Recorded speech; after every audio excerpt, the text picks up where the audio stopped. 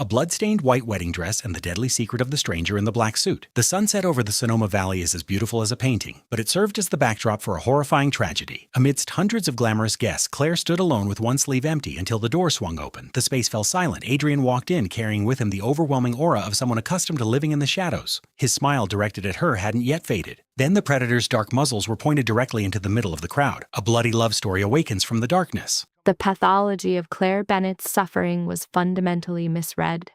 Her affliction was diagnosed as the phantom limb, the echo of a physical void. This was a clinical error. The true contagion began with a name: Adrian Cross, an architect of a digital sanctuary that would become her prison, and his calculated, chilling emergence as a predator.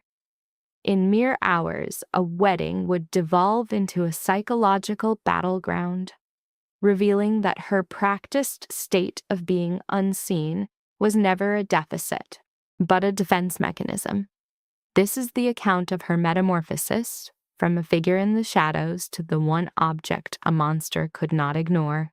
The Sonoma Valley was saturated in the gold of a late September sun, a light so intense it could fracture the careful composure of any gathering.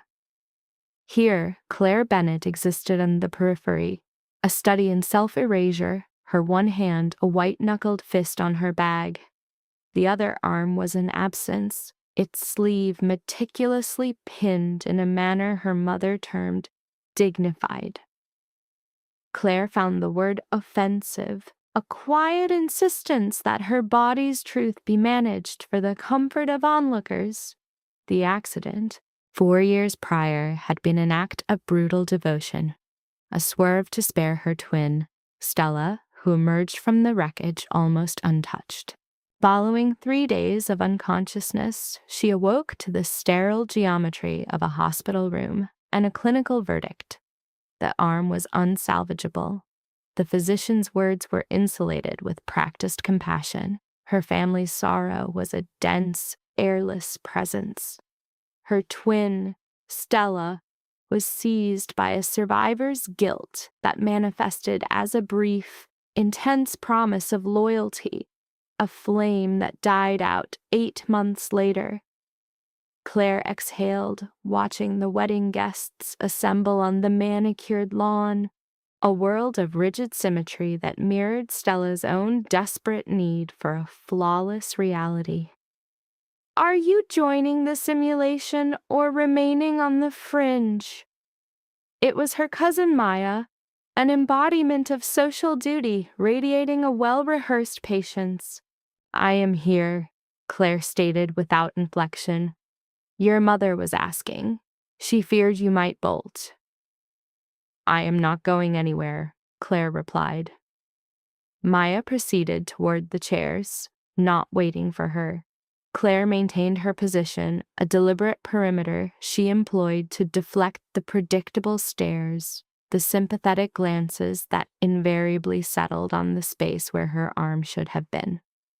200 guests, a figure that exposed the lie of Stella's desire for an intimate wedding, unmasking a colder, more performative definition of the word.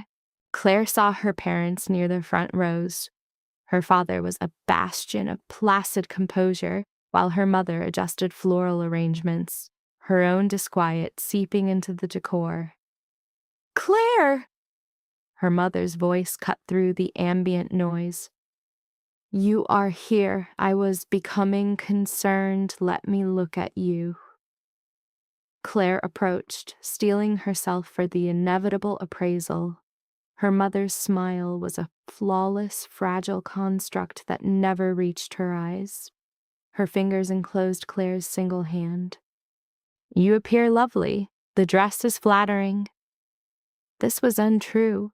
The bridesmaid gown, Stella's selection, was ill-fitting, the tailor having ignored her asymmetrical form. Claire offered a simple nod. "Thank you, Mother. Are you well? Do you require anything? Water? A seat?" "I am fine." A shadow of uncertainty moved across her mother's features, deepening the lines of worry. "I realize today may be challenging." with Derek's presence. Mother, please do not. Derek. The name itself was a scar tissue. The ex-boyfriend who had dissolved their relationship 6 months post-accident, the moment he understood her missing limb, attracted undesirable notice. He had framed his exit as an act of mercy, a narrative Claire recognized as a thin veil for his own inadequacy. At the time, she had been too fractured to challenge his logic.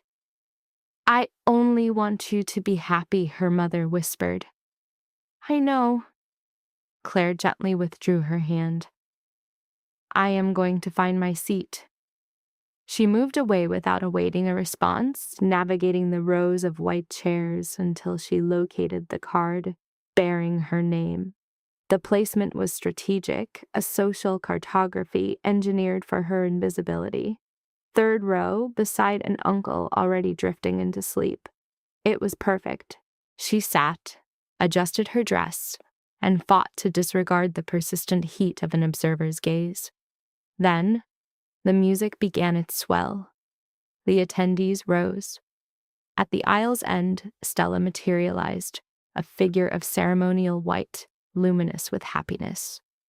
A constriction seized Claire's chest. Her own features, the same hair, eyes, and bone structure, were reflected in Stella's face, a cruel, living mirror of what she had been. Stella was the complete version, the blueprint of a future Claire was now denied. The ceremony itself became a blur of sensory data. Claire processed the vows, the faint tremor in Stella's voice, the final declaration. She performed her role, her body mirroring the motions of applause and smiles, then executed a swift retreat to the reception before she could be ensnared in conversation. The tent was a cavern of white canvas and timber suffused with an opulent glow. A band was preparing as servers circulated with champagne. Claire secured a glass and receded into a quiet corner at the rear of the space. A vibration from her pocket. The name on the display, Adrian Cross, sent a current through her. She had encountered him 3 months prior in the digital anonymity of a support forum for amputees, a nocturnal refuge from her profound isolation. He had initiated contact, compelled by her comment on feeling invisible, and with that single gesture, he had validated her existence. Their conversations had evolved from text to voice, consuming hours of the night. He never inquired about her arm, a silence so radically different from every other interaction that she began to depend on it, to trust it. He engaged with her as a mind, not as a damaged form. His identity and location were a deliberate enigma he maintained with a quiet insistence on privacy. This should have been a signal of danger, a glaring alarm. Yet her desperate craving for the asylum he provided overrode all skepticism. He was the first person since her injury to make her feel like more than the sum of her scars. His message illuminated the screen. Adrian.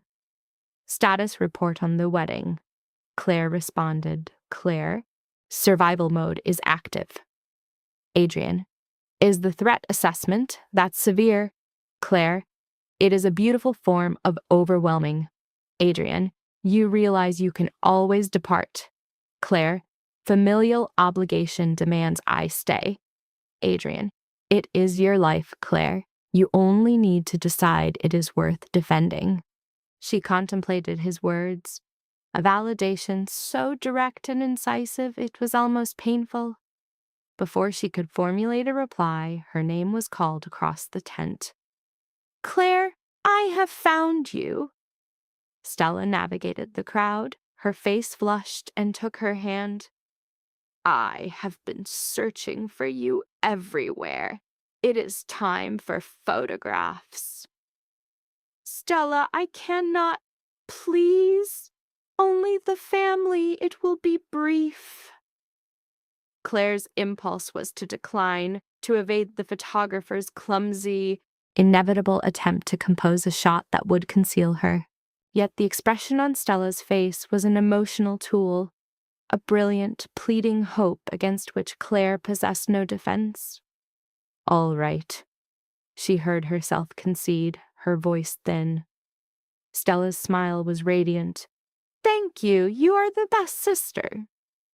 She led Claire outside where the family was already positioned. Stella's new husband shifted uncomfortably, his awkwardness apparent. "Okay, everyone," the photographer announced. "Let us begin with the large group." They were arranged. Claire was placed on the far left, buffered by her parents. The photographer adjusted his camera, then paused. "Claire, my dear, could you move slightly to your right? Yes, just so. Perfect." Claire understood his objective precisely, to obscure the empty sleeve, to restore a sense of wholeness to the family portrait. She complied. The flash fired. Once, twice, a third time. Excellent. Now just the immediate family. For 20 minutes, the ordeal continued, an agonizing choreography of repositioned bodies and strained smiles. With each click of the camera, Claire felt a part of herself being eroded, diminished. When it concluded, Stella offered a swift, thankful embrace and then was gone, reclaimed by her husband and the party. Claire remained alone in the fading light, a deep exhaustion settling in her bones as her phone vibrated once more. It was Adrian. "Are you surviving?" An involuntary smile formed on her lips. Claire typed, "Barely." Adrian's reply materialized. "What if I proposed you need not endure this by yourself?" Claire wrote, "What are you suggesting?" Adrian, "I am suggesting I could come to the wedding." The air caught in Claire's throat. She reread his words, certain she had misinterpreted them. "Claire, you cannot be serious." Adrian, "I am." Claire, "You have no idea where I am." Adrian, "Sonoma Valley, the Bennett Shaw wedding. I can be resourceful when necessary." Her heart rate began to accelerate. A rational part of her wished it were a jest, but the cool certainty of his text felt like an established fact. Claire, "Adrian, one does not simply arrive at a wedding uninvited." Adrian, "Observe me." Claire, "Why would you even consider such a thing?" Adrian, "Because you expressed a desire not to be alone, and I do not want you to be." Staring at the screen, her thoughts spiraled. The proposition was illogical. He was a disembodied voice. She knew him only by his surname, Cross.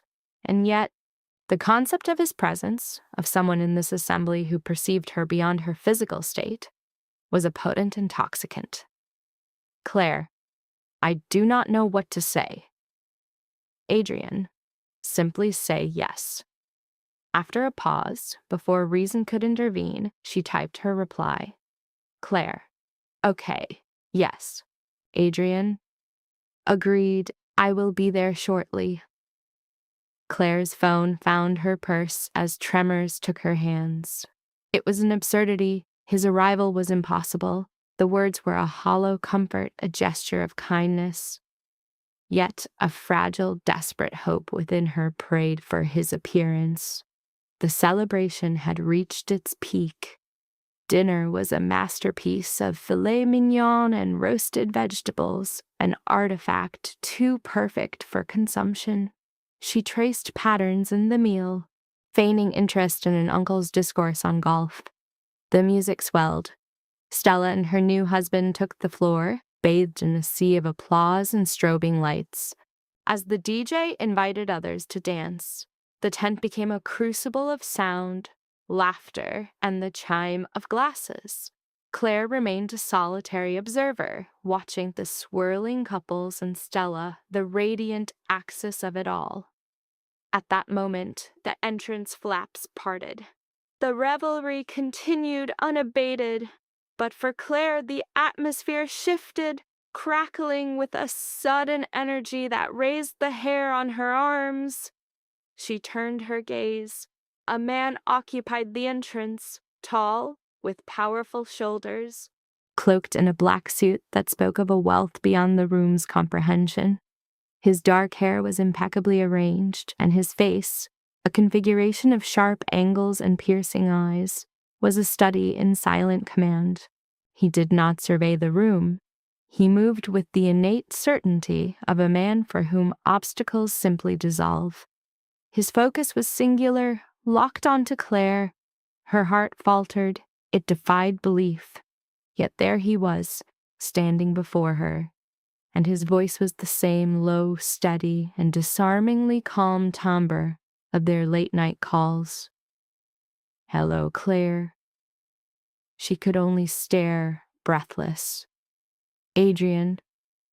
A faint smile touched his lips, subtly transforming the severity of his expression. "I gave you my word." A quiet descended upon their immediate vicinity.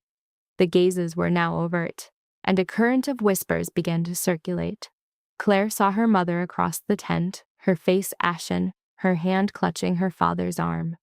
Stella's conversation ceased, her eyes wide with astonishment. "You—" Claire's voice was a mere whisper. "You truly came." "My words carry weight." He claimed the empty chair beside her with precise, deliberate movements. "I trust this is acceptable." It should not have been. A rational response would be to demand he leave, to question his motives. Instead, she felt an internal fortress she had built for years begin to crumble. "It is," she exhaled. His smile deepened fractionally. "Excellent!" The murmuring intensified, fragments reaching her. "Who is he?" "I don't recognize him. He wasn't on the guest list." Then quieter, laced with alarm. "Is that Adrian Cross?" "My God. It is him. Why is he here?" Claire's brow furrowed. "Why are they all looking at you like that?" Adrian's expression was an unreadable mask. "They recognize what I represent." "And what is that?" His eyes met hers, and in their depths she saw not apology or fear, but the cold light of fact. "Someone you should not be seen with," he stated quietly. Before she could process this, her father materialized at the table, his face a rigid sculpture of anger. "Claire, a word with you, now." A knot of pure dread constricted in her stomach. "Dad, now." Adrian rose, his motion fluid and controlled, his height casting a shadow over her father. "Mr. Bennett?" "My apologies for the unexpected arrival. I am a friend of Claire's." Her father's jaw tightened. "I am aware of who you are, Mr. Cross, and you are uninvited." "That is true. I am." Adrian's tone remained polite, but it was lined with steel. "But Claire's wish for me to be here supersedes that." "Claire is incapable of knowing what she wants." Her father's voice was a low, menacing current. "And you must depart before you create a significant issue." "Dad, don't!"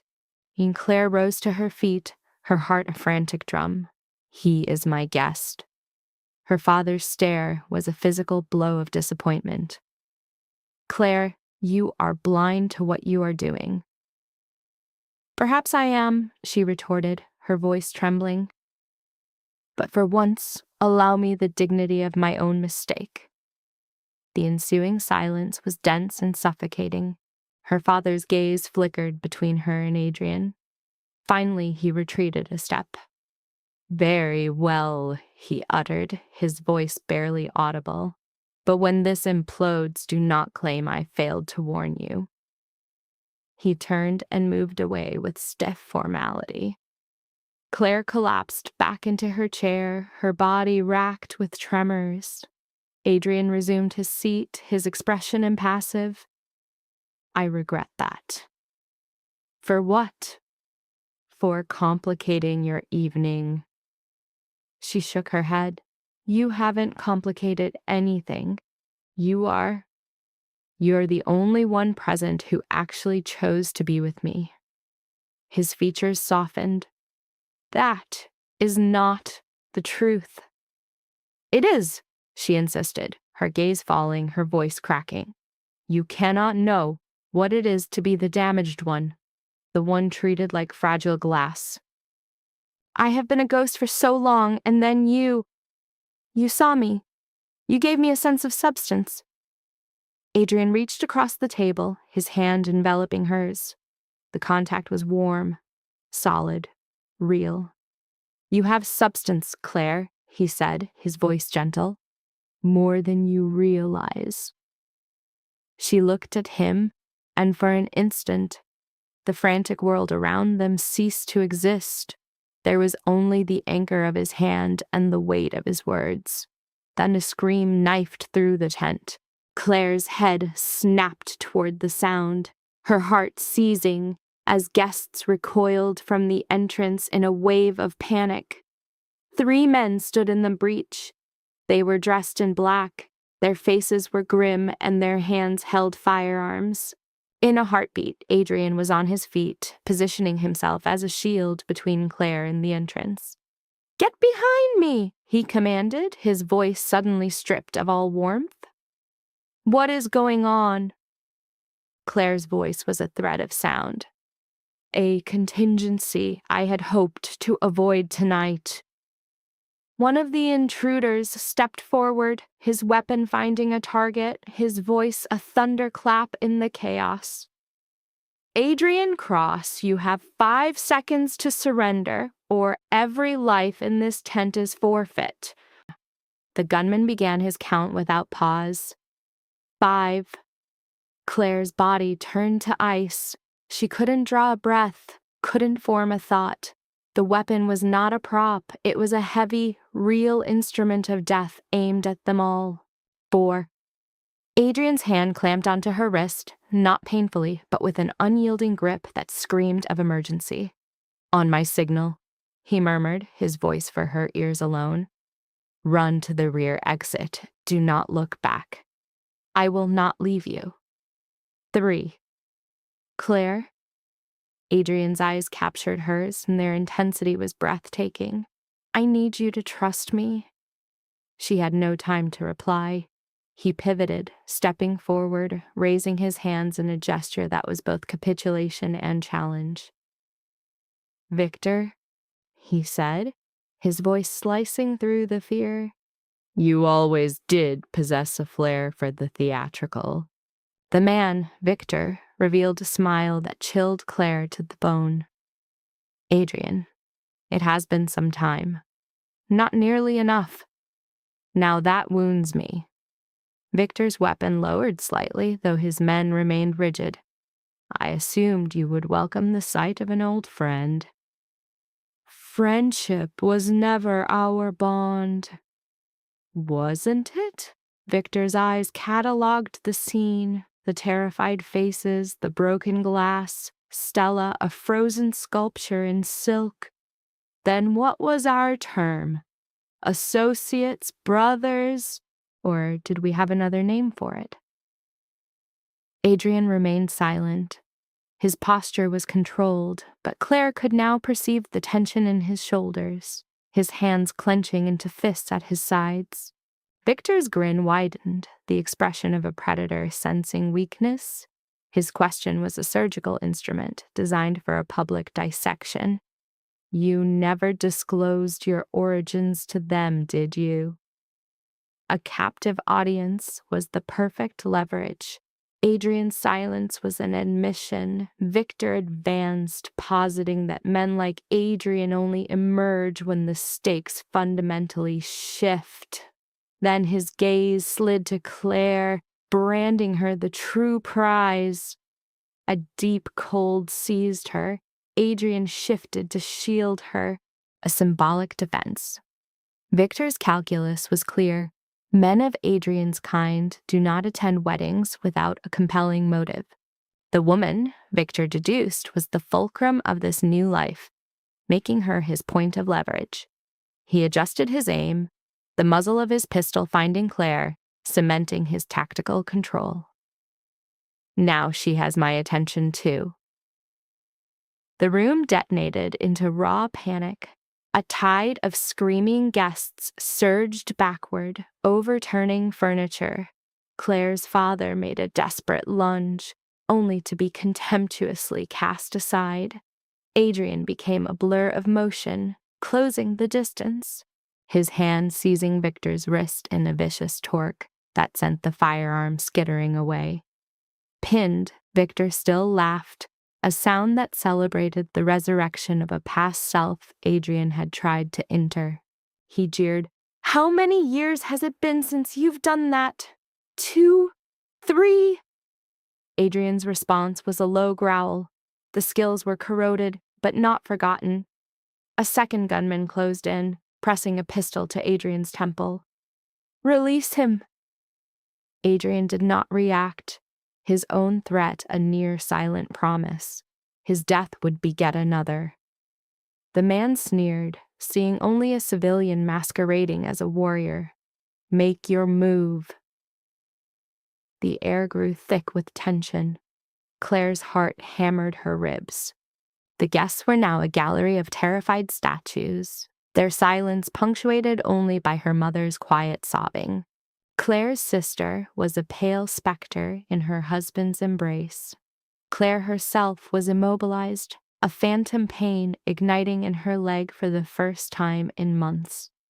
Victor began to speak again, methodically deconstructing Adrian's psyche, the deluded belief that he could ever outrun his own nature.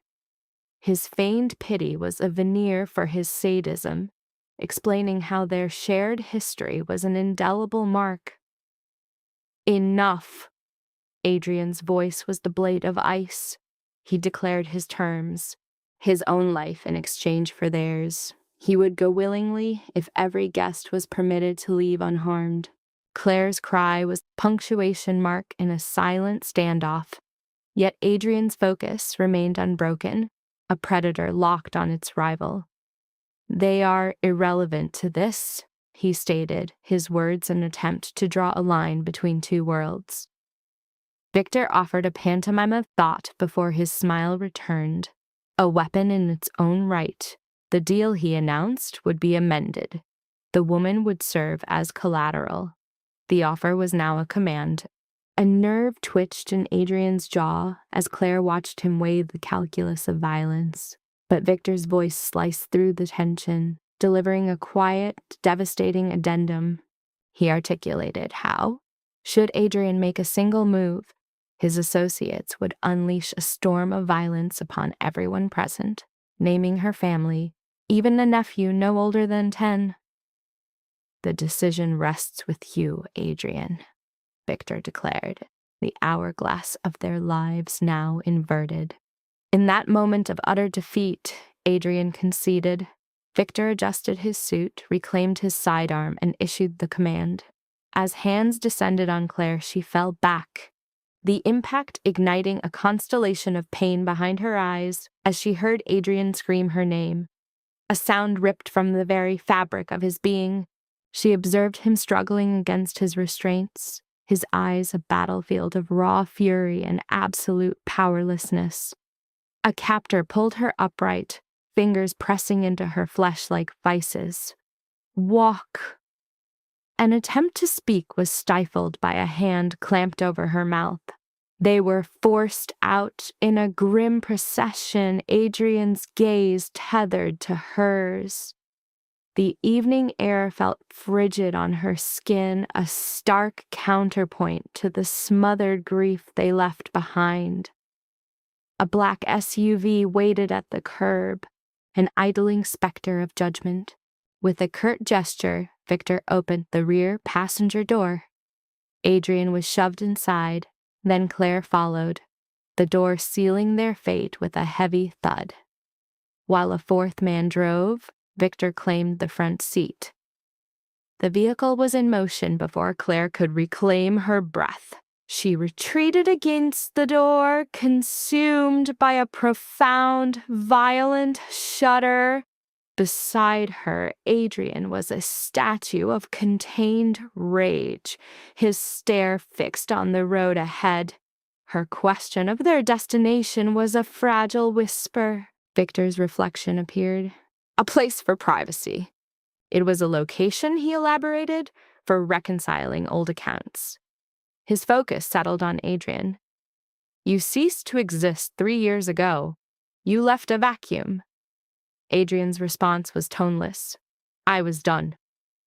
In our profession, there is no exit, Victor retorted. Marcos believed you were staging a coup for his domain. He mentioned that word eventually surfaced of Adrian constructing a domestic life, attending therapy and recovery meetings. His gaze then shifted to Claire. Acquiring attachments? The term made Claire's stomach clench. Adrian's hands formed into fists. She has no part in this. Victor simply smiled. She is important to you. Therefore, she is important to us. That is the foundational rule. You are miscalculating. Victor pivoted in his seat, the gun now resting casually on his knee. Am I? You are restrained. She's on the verge of collapse. My assessment feels entirely accurate. Adrian offered no reply, but the pulsing vein at his temple was a testament to his unspoken war. They proceeded in a silence that felt heavy enough to crush them. The city's glow gave way to desolate highway, which then dissolved into winding, unlit roads. Claire attempted to memorize their route, a futile effort against the disorienting landscape and her own rising terror. Any words of fear suffocated in her throat. After approximately 20 minutes, the SUV came to a halt before a derelict warehouse, a skeletal ruin silhouetted against the night. Victor emerged first. Escort them. The driver extracted Claire from the vehicle. She leaned against its frame for support. They pulled Adrian out next, and even with his hands secured, he instinctively maneuvered his body to shield hers. Inside, the atmosphere was dense with decay and neglect. A lone, unstable bulb illuminated the vast space where Victor awaited. Place her in the chair.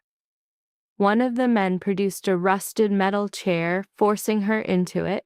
Her limbs felt disconnected from her body. They compelled Adrian to his knees at her side. He offered no resistance, his attention fixed on her. Crouching before him, Victor dictated the terms of the engagement. Provide me with answers, and she might return home. If you refuse, the unspoken consequence saturated the air. Adrian acknowledged the terms. Where is the ledger? Adrian feigned ignorance. The sound of Victor's fist connecting with his jaw was sharp and loud. Claire recoiled. A line of blood appeared on Adrian's lip, but his silence held. Victor repeated the question. The ledger. The one belonging to Marcos, he specified. A catalog of names, locations, financial accounts. Adrian spat a mixture of blood and defiance onto the concrete. It's gone. I destroyed it 3 years past. Victor observed him for a long moment, then methodically produced his pistol. He did not aim it at Adrian. He leveled it at Claire. The atmosphere grew impossibly tense. Reconsider your answer. Panic finally fractured Adrian's voice as he insisted he was truthful, that its destruction was necessary. Victor posited that without the list, Adrian was a liability and Claire was superfluous. The click of the hammer was like thunder. Stop! The word was a fissure in his resolve. Stop! A second copy exists. Victor allowed the ensuing silence to weigh upon them. The unasked question was where? A safe deposit box in the city. Adrian insisted he could retrieve it, but it would require time. The ultimatum was immediate. How much? 1 day, perhaps 2. After a moment, Victor relented, lowering the weapon. The man was granted 24 hours. Any deviation, and the hostage would be returned disassembled. The room tilted in Claire's vision as nausea surged. Adrian's voice was strained. "I'll get it." "Good." Victor signaled his men. "Move him to the rear. The woman remains here." Adrian resisted their grasp. "You promised that if I complied—" "I said she might go free. I never specified when." Victor's smile was a predatory slash. "Consider this motivation." He was then dragged violently toward a door at the building's far edge. He continued to struggle, calling her name, each utterance a new fracture in her composure. The door slammed, isolating her with Victor's subordinates. The man himself took a seat on a nearby crate. "So, your name is Claire?" Her stoicism was met with his detached appraisal. "The stoic type, I can appreciate that." He leaned forward. The irony here is profound. Adrian spent a lifetime in this ecosystem. He understands the corrosion it causes. And then he encounters you, a delicate, wounded creature, and suddenly fancies himself a savior. He chuckled softly. "It is almost a textbook romance." "I have no idea what you mean," Claire whispered. "A predictable denial. Permit me to theorize." He presented you with a curated history, a shadowed past from which he was running, correct? You accepted it because he offered the illusion of safety. He made you feel significant. Victor's expression hardened. "Allow me to present the truth, my dear. Adrian Cross orchestrated the most proficient smuggling operation on the West Coast. Armaments, narcotics, intelligence. If it was contraband and profitable, he trafficked it. The ledger of his sins is long." Claire shook her head in a frantic, silent plea. "That's a lie." "Is it? Consider why a man of his history would develop an interest in someone like you. What value could you possibly represent to him?" A pause. "Unless, of course, you were functional. A disguise, a means to appear legitimate." "He is attempting to poison your thoughts, Claire. Ignore him." "He told you he was leaving, but in reality he was preparing to vanish once more. It is the nature of men like him. You are ignorant of his true self. I, however, possess a comprehensive file on his life." Victor rose to his feet. "I know he departed because he could no longer withstand the pressure. He lacked the fortitude for our future ambitions. He became sentimental and observed the outcome. Confined to a back room while I determined the fate of his girlfriend." A tremor began in Claire's hands. She felt an urge to scream, to reject the portrait he was painting. But the seed of doubt had been sown. His late hours, his evasive answers, the effortless authority he displayed at the wedding, the confidence of a man who was afraid of nothing. Who was the real Adrian Cross? For what true reason had he rescued her? Victor consulted his watch. "I need to make arrangements. Luca, you will watch her. If she makes a move, you will break her other arm." The man, Luca, affirmed the order. He was younger than Victor, perhaps in his mid-20s, with a prominent scar tracing his left cheek. He positioned himself against a wall, regarding her as a problem awaiting a solution. Victor departed. The warehouse was filled with the low drone of aged wiring and the sound of Claire's own labored breathing. She remained seated, trying to assemble her thoughts, but a single question dominated.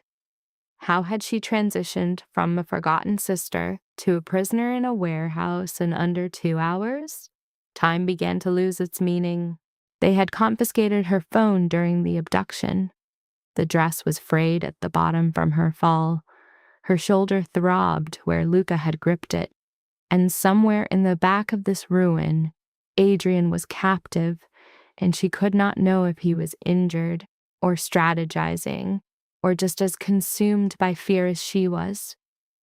The rear door groaned open. Claire's head shot up. It was Adrian. More accurately, he was propelled into the room. His hands remained bound, a new contusion blooming on his cheek. Yet his eyes were lucid, and they softened instantly upon finding her. Behind him, Victor emerged once more. There has been a revision to the plan. Luca pushed himself off the wall. Boss, Marcos has called. He requires evidence that Adrian is compliant.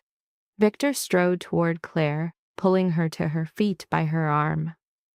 Therefore, we will create a small film. Adrian will inform Marcos of the list's location, and should he prevaricate, he pressed the cold steel of his gun to Claire's temple. Well, we are all aware of the consequences. Claire's ability to breathe ceased. Adrian became perfectly still. Victor, no. Then begin your performance. They were positioned before another man who was holding a phone. Victor maintained the pressure of the gun against Claire's head, his free hand digging into her shoulder with bruising force. Proceed, Victor commanded.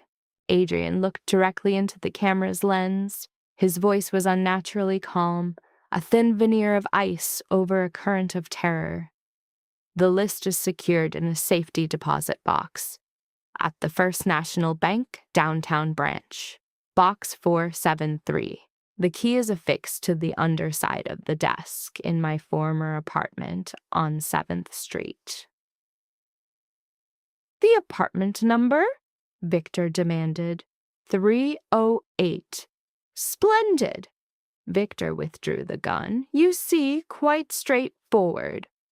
The recording ceased. Victor pushed Claire back toward the chair and instructed his men to return Adrian to the back.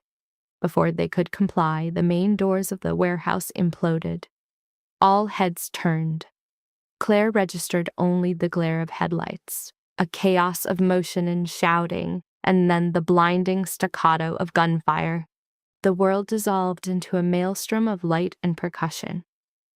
Luca pulled Claire behind a bulwark of crates as the air itself seemed to sing with lethal projectiles. A cry tore from her throat as Adrian appeared, his hands freed, knuckles raw, and a feral light in his eyes. Stay down, he commanded over the cacophony. What's happening? Competition. They must have followed us. He risked a glance over their cover, pulling back as the wood beside him disintegrated. We have to go. Can you run? Yes. Then run.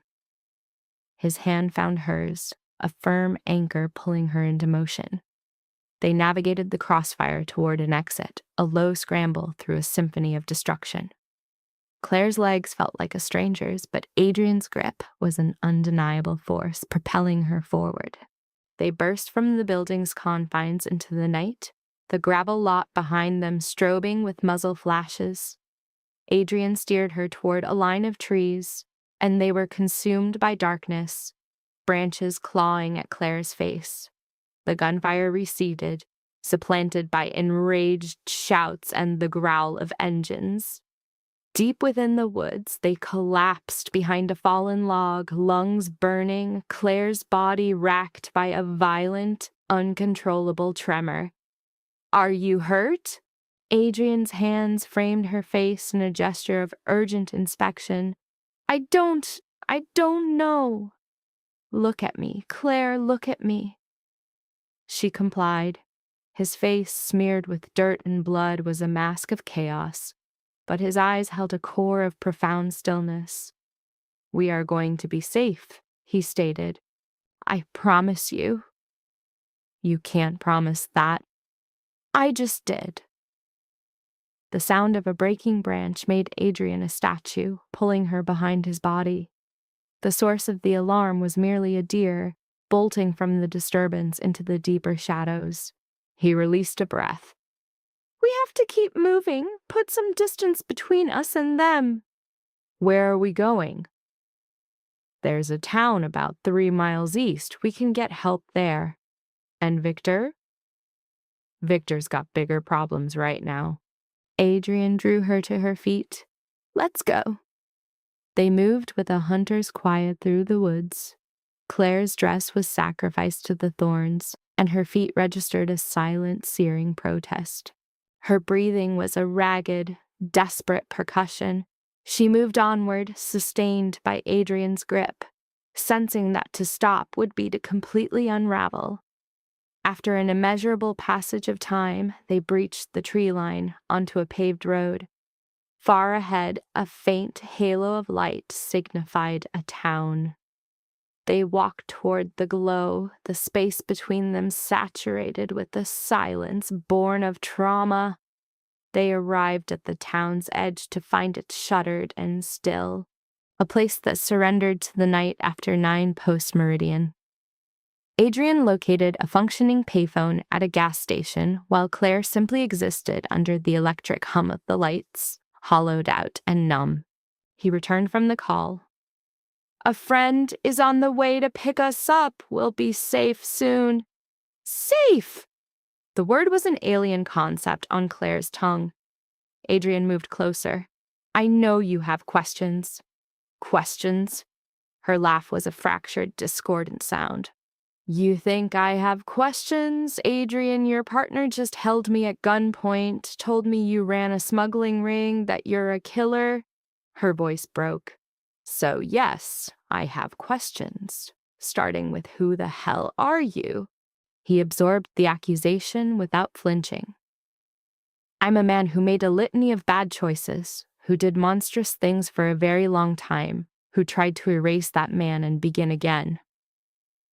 He paused.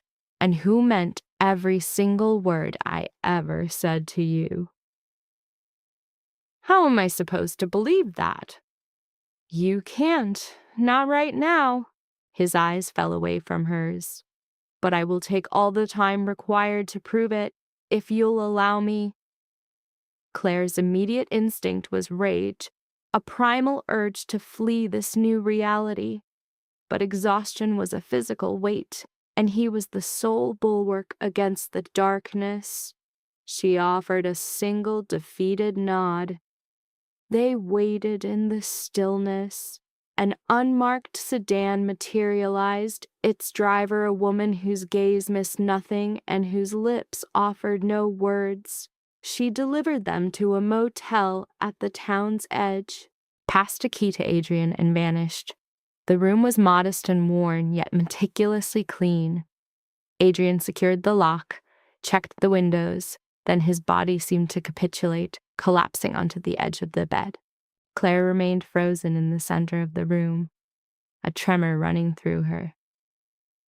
"I think you should sit down," Adrian suggested, his voice low. She chose a chair by the window, her hands covering her face as a wave of delayed grief finally crested and broke over her. He maintained his distance, his stillness offering a strange kind of permission for her to feel it. When the shaking eased, she asked what they would do. "We create an endgame," he replied, "before Victor discovers the list is a phantom." "You lied. It was a necessary gambit to buy us time." "Time for what?" His eyes sharpened. "For you to live." Claire stayed awake, a sentinel silhouette at the window, while Adrian made a series of quiet, purposeful calls to names she didn't recognize. Each passing headlight was a shock to her system. Every hall noise made her recoil. Around 3 in the morning, Adrian concluded a call and sat opposite her. His collar was ripped. A thin line of dried blood traced his temple, and his face was a canvas of deep exhaustion. "That was Marcus Chen," he said. "He's going to help." Who is Marcus Chen? An old colleague, someone I trust. He rubbed his face. He's compiling intelligence on Victor's movements, his probable targets, and his current alliances. And then we get you to a place of safety while I neutralize the threat. A muscle in her jaw tightened, meaning while you revert to what you were.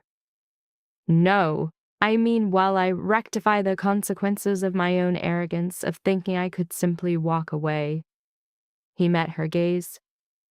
I never wanted you involved in this, Claire. You have to believe that. I don't know what to believe anymore, she stated, her voice devoid of inflection. You allowed me to see you as a normal man with normal struggles. And during all that time, you were what? A criminal, a smuggler? Yes, the unadorned admission struck with more force than any deception. She folded her arms across her chest, a fragile shield. For how long?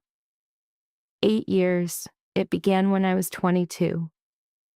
It concluded 3 years ago when I walked away. What made you leave? A heavy silence settled in the room before he answered. I watched someone die who was innocent, and I was forced to confront the narrative I'd constructed for myself, that I merely transported goods, that I bore no responsibility for the final outcome, was a lie essential for my own functioning. He exhaled slowly. I collided with a moral wall in my own mind, and I broke. Just like that? Exactly. I informed Marcus I was finished, scrubbed my history, altered my data, and relocated. His gaze fell to his hands. I was trying to construct someone new. And Victor? Victor was Marcus's enforcer. He maintained discipline within the operation. Tss. My departure was a profound personal offense to him. He viewed it as a betrayal of the code, an act that made him appear weak. Adrian's expression hardened. He never ceased his search for me. I simply underestimated the lengths to which he would go. Claire absorbed this information, the fragments assembling into a terrifying mosaic. How did he locate you? I don't know. My security was absolute. All encrypted communications, no personal details exchanged. He paused. But if he knew about our private messages, he could have used traffic analysis on the forum to trace your location. Then this is my fault. No, Adrian's reply was sharp. The fault is 100% mine. You never consented to any of this. But I am the one who gave him proof of your existence. I'm the reason he appeared at the wedding. Her throat constricted. My sister's wedding, Adrian, he shattered it because of me. He shattered it because of my past, he corrected her firmly. Do not dare to assume that burden. But it was too late. The guilt was already a sickness coiling inside Claire. She pictured Stella, frozen in her wedding dress, the cold reality of the gun, her mother's terror, her father's rage, a disaster born from a vulnerability he had expertly exploited online. I have to call my family, she whispered. Not a wise move. Victor could have them under surveillance. It doesn't matter. They likely believe I am dead. After a moment's consideration, Adrian offered her his phone. Be brief. Do not disclose your location. Claire accepted it, her hands trembling. She dialed, and her father answered before the second ring. Hello? His voice was abraded by stress. Dad, it's me. Claire, oh thank God, where are you? Are you harmed? I'm not harmed, and I am safe. Where are you? He pressed again. I can't tell you. I just had to let you know I was all right. A muted exchange, then her mother's voice, taut and thin. Honey, just come home. We can handle this. You can't handle this, Mom. Then let the police handle it. They are here. They have been here all night. They need to speak with you. Claire's chest grew tight. Put one of them on the line. A pause, then a new voice, measured and professional. This is Detective Sarah Reeves. Am I speaking with Claire Bennett? Yes. Are you able to tell me your current location? No. Claire, if you are being held against your will, I'm not. I departed of my own volition. With Adrian Cross? Claire's eyes flickered to Adrian, whose expression was an impassive mask. Yes. Are you cognizant of who Adrian Cross is? I'm beginning to form a picture. The detective's tone shifted. Then you are aware you're in danger. A file exists, Claire. Allegations of arms trafficking, money laundering, syndicate affiliations. Has he made any threats toward you? No. Then why won't you come in? Because the individuals from the wedding are still at large, and my return would place my family in jeopardy. Her voice fractured. I cannot subject them to that again. We can provide protection. You cannot. You don't grasp the nature of this situation? Then illuminate it for me. Claire closed her eyes. His name is Victor Kane. He desires something he believes Adrian possesses, and he is prepared to kill to acquire it. A beat of silence followed on the line. Victor Kane? Are you certain? That is the name Adrian provided. A more protracted silence. Claire, listen to me with great care. Your association with Adrian Cross, and now with Victor Kane's involvement, places you in a position of extreme risk. These are not common criminals, they are. I know what they represent. Claire's grip on the device grew firm. Assure my parents of my safety. Apologize to Stella for me and promise my return when this ordeal concludes. Claire. She terminated the connection, returning the phone to Adrian as the tremor in her hands resurfaced. They believe I've been abducted, no, she stated. I'm aware. And you won't correct their assumption? Adrian's eyes met hers.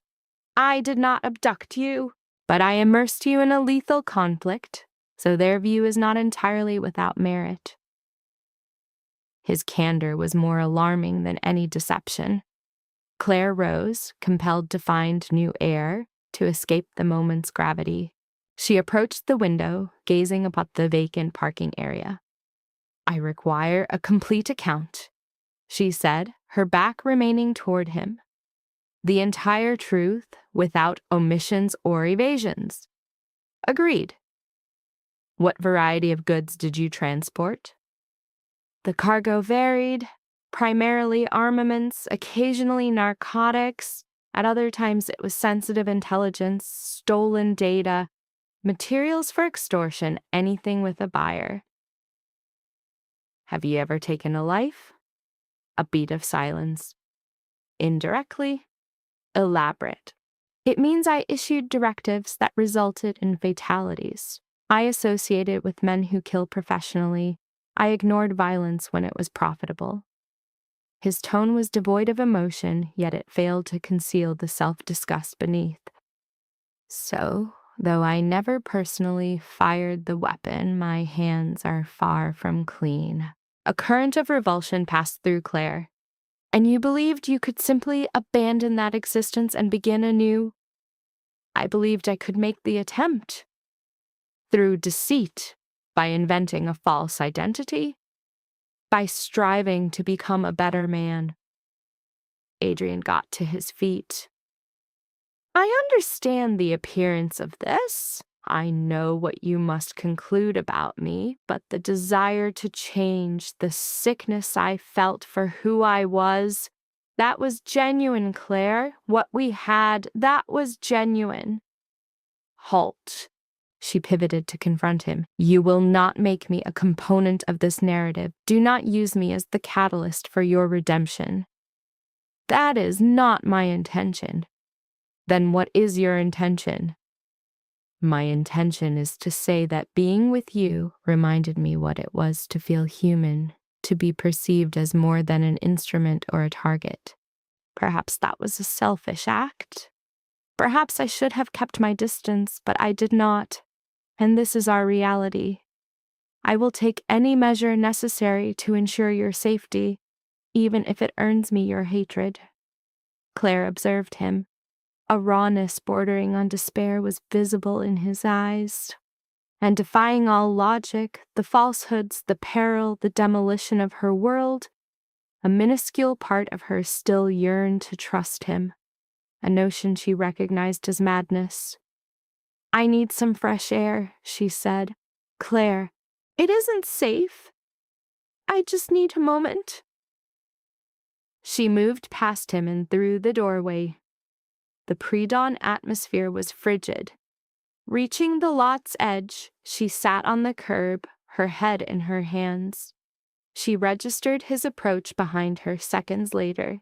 Adrian selected a spot near her, preserving a deliberate space of air and quiet between them.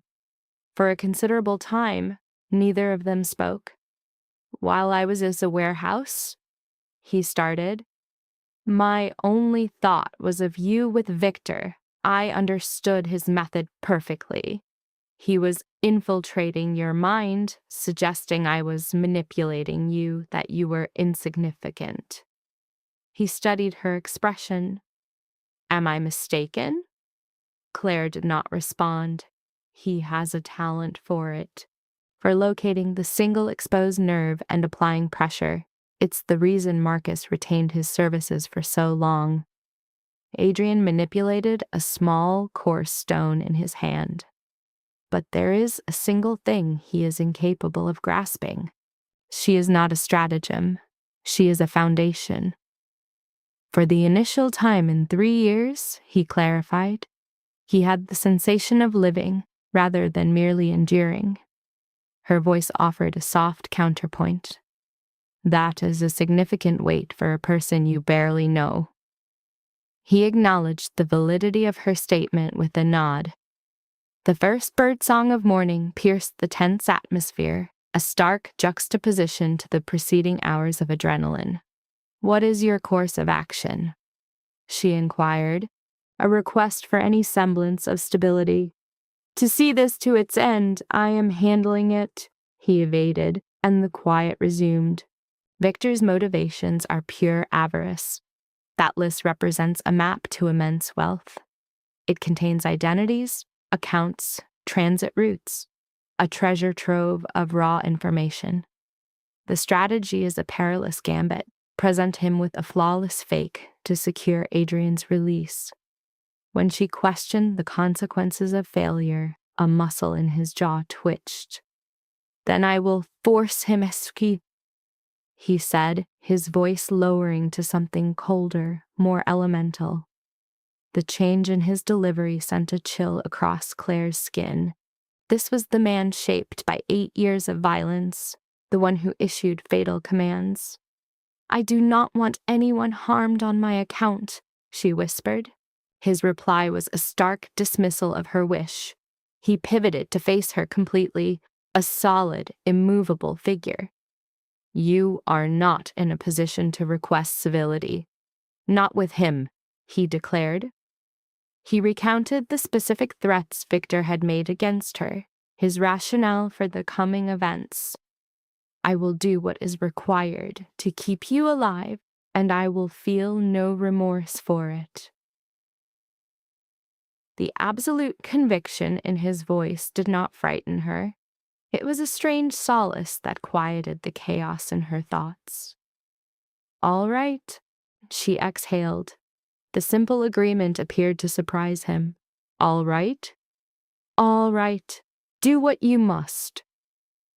He studied her eyes, searching for deceit. You are certain. I am exhausted, Adrian, and profoundly scared. Her admission carried on, its edges worn thin. And I have no idea whom to believe, but you came for me. So yes, I am certain. A measure of harshness in his expression eased. He reached out, his motion measured and intentional, and took her hand. His palm was warm, the skin textured with calluses. He will not harm you again, he vowed. Claire gave his hand a single squeeze before releasing it. We should return inside.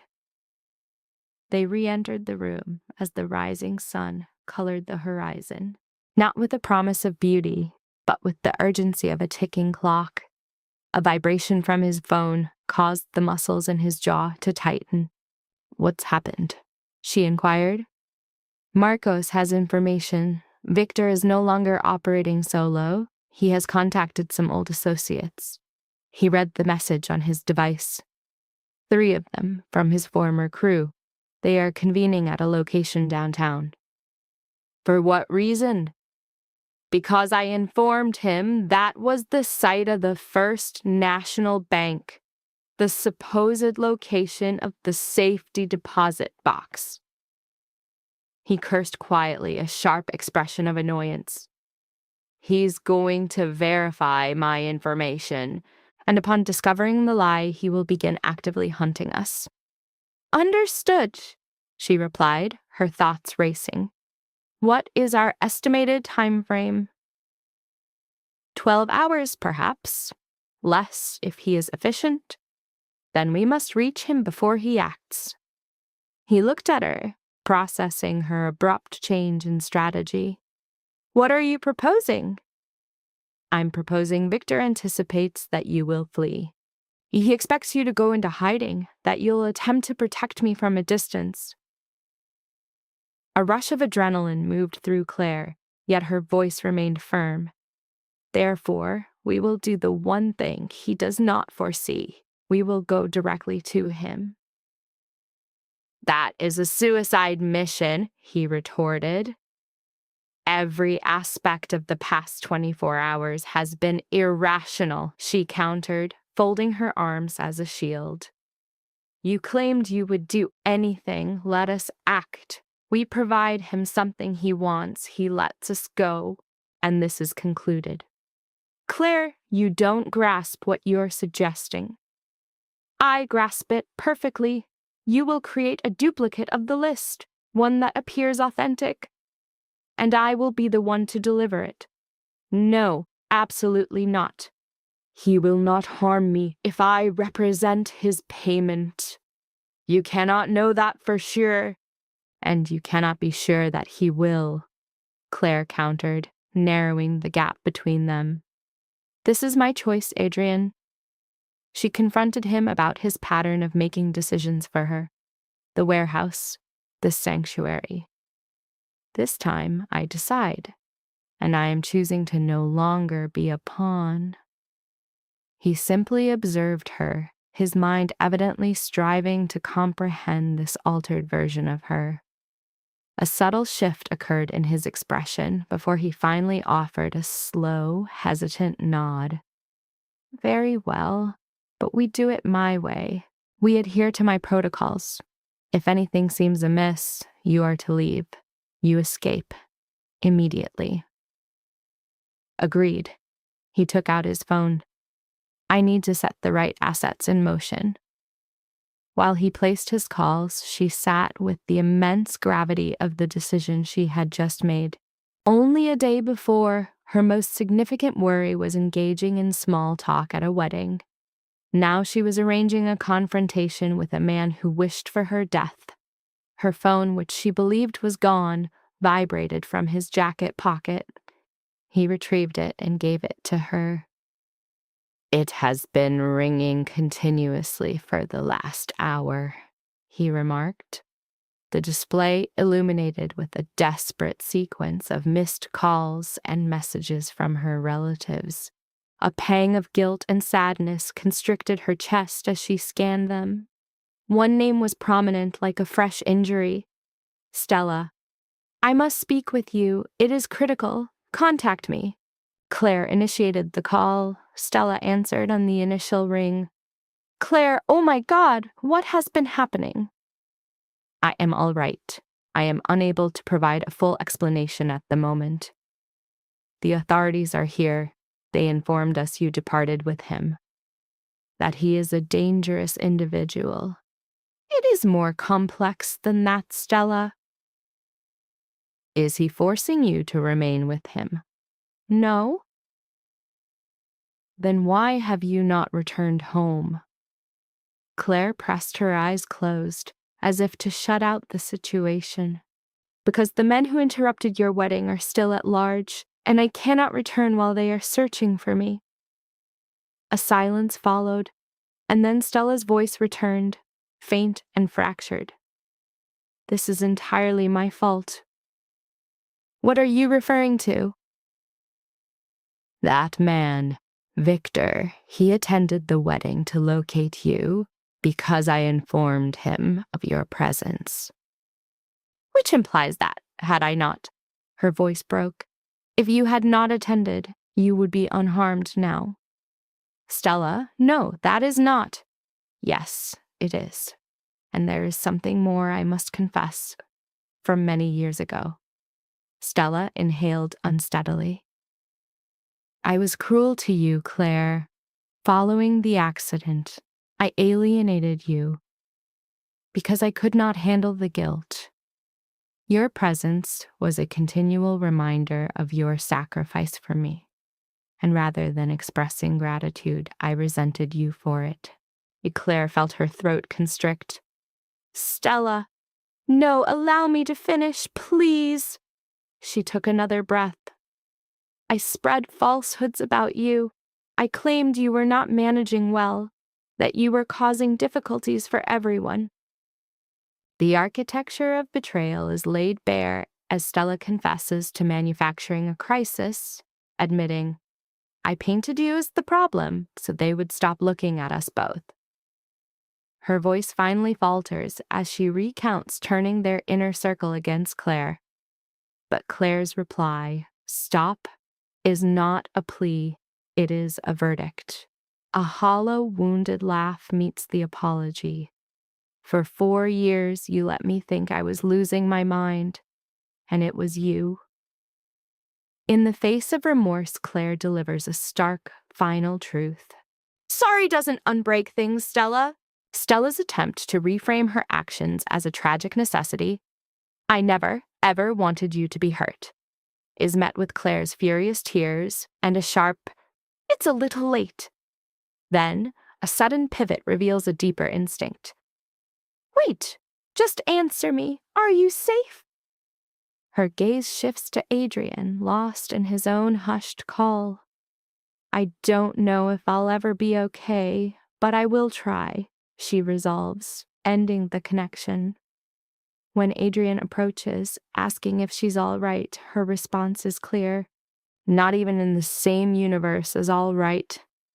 Marcus is on board. He'll build us a list. A fake that Victor won't see through right away. Their forger's warning is absolute. They have only a single opportunity. Should Victor detect the ruse before their escape, the consequences are final. He won't, Adrian asserts, a statement of will against probability. You can't know that.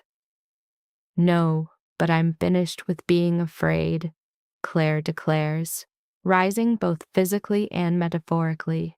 The plan now enters a phase of agonizing stillness while they wait. Marcus, a twitchy man of wire and nerves, arrives around noon and immediately sets to his craft, leaving Adrian to pace and Claire to fend off visions of catastrophe. Marcus pulls back his hands, announcing, "Finished." Adrian moves to inspect the screen, a convincing illusion of names and figures, engineered for authenticity. It will pass, Adrian affirms. It's built from truth, Marcus clarifies. Noting half the records were real before he purged his copies, his gaze shifts to Claire. This is her play? It was her concept, Adrian confirms. When Marcus questions if she grasps the cost, Claire retorts, "Do I look like I understand it?" A faint smile touches his lips. Fair. He slides over an untraceable comms unit. A ghost? Untraceable. Use it to arrange the meet. The unspoken offer hangs in the air. A final chance to abandon this course. Her headshake is a sharp, resolute denial. Adrian makes the call. After 3 rings, Victor's voice, distorted but seething with hostility, answers. I have the list, Adrian states. The genuine article, and I'm proposing a trade.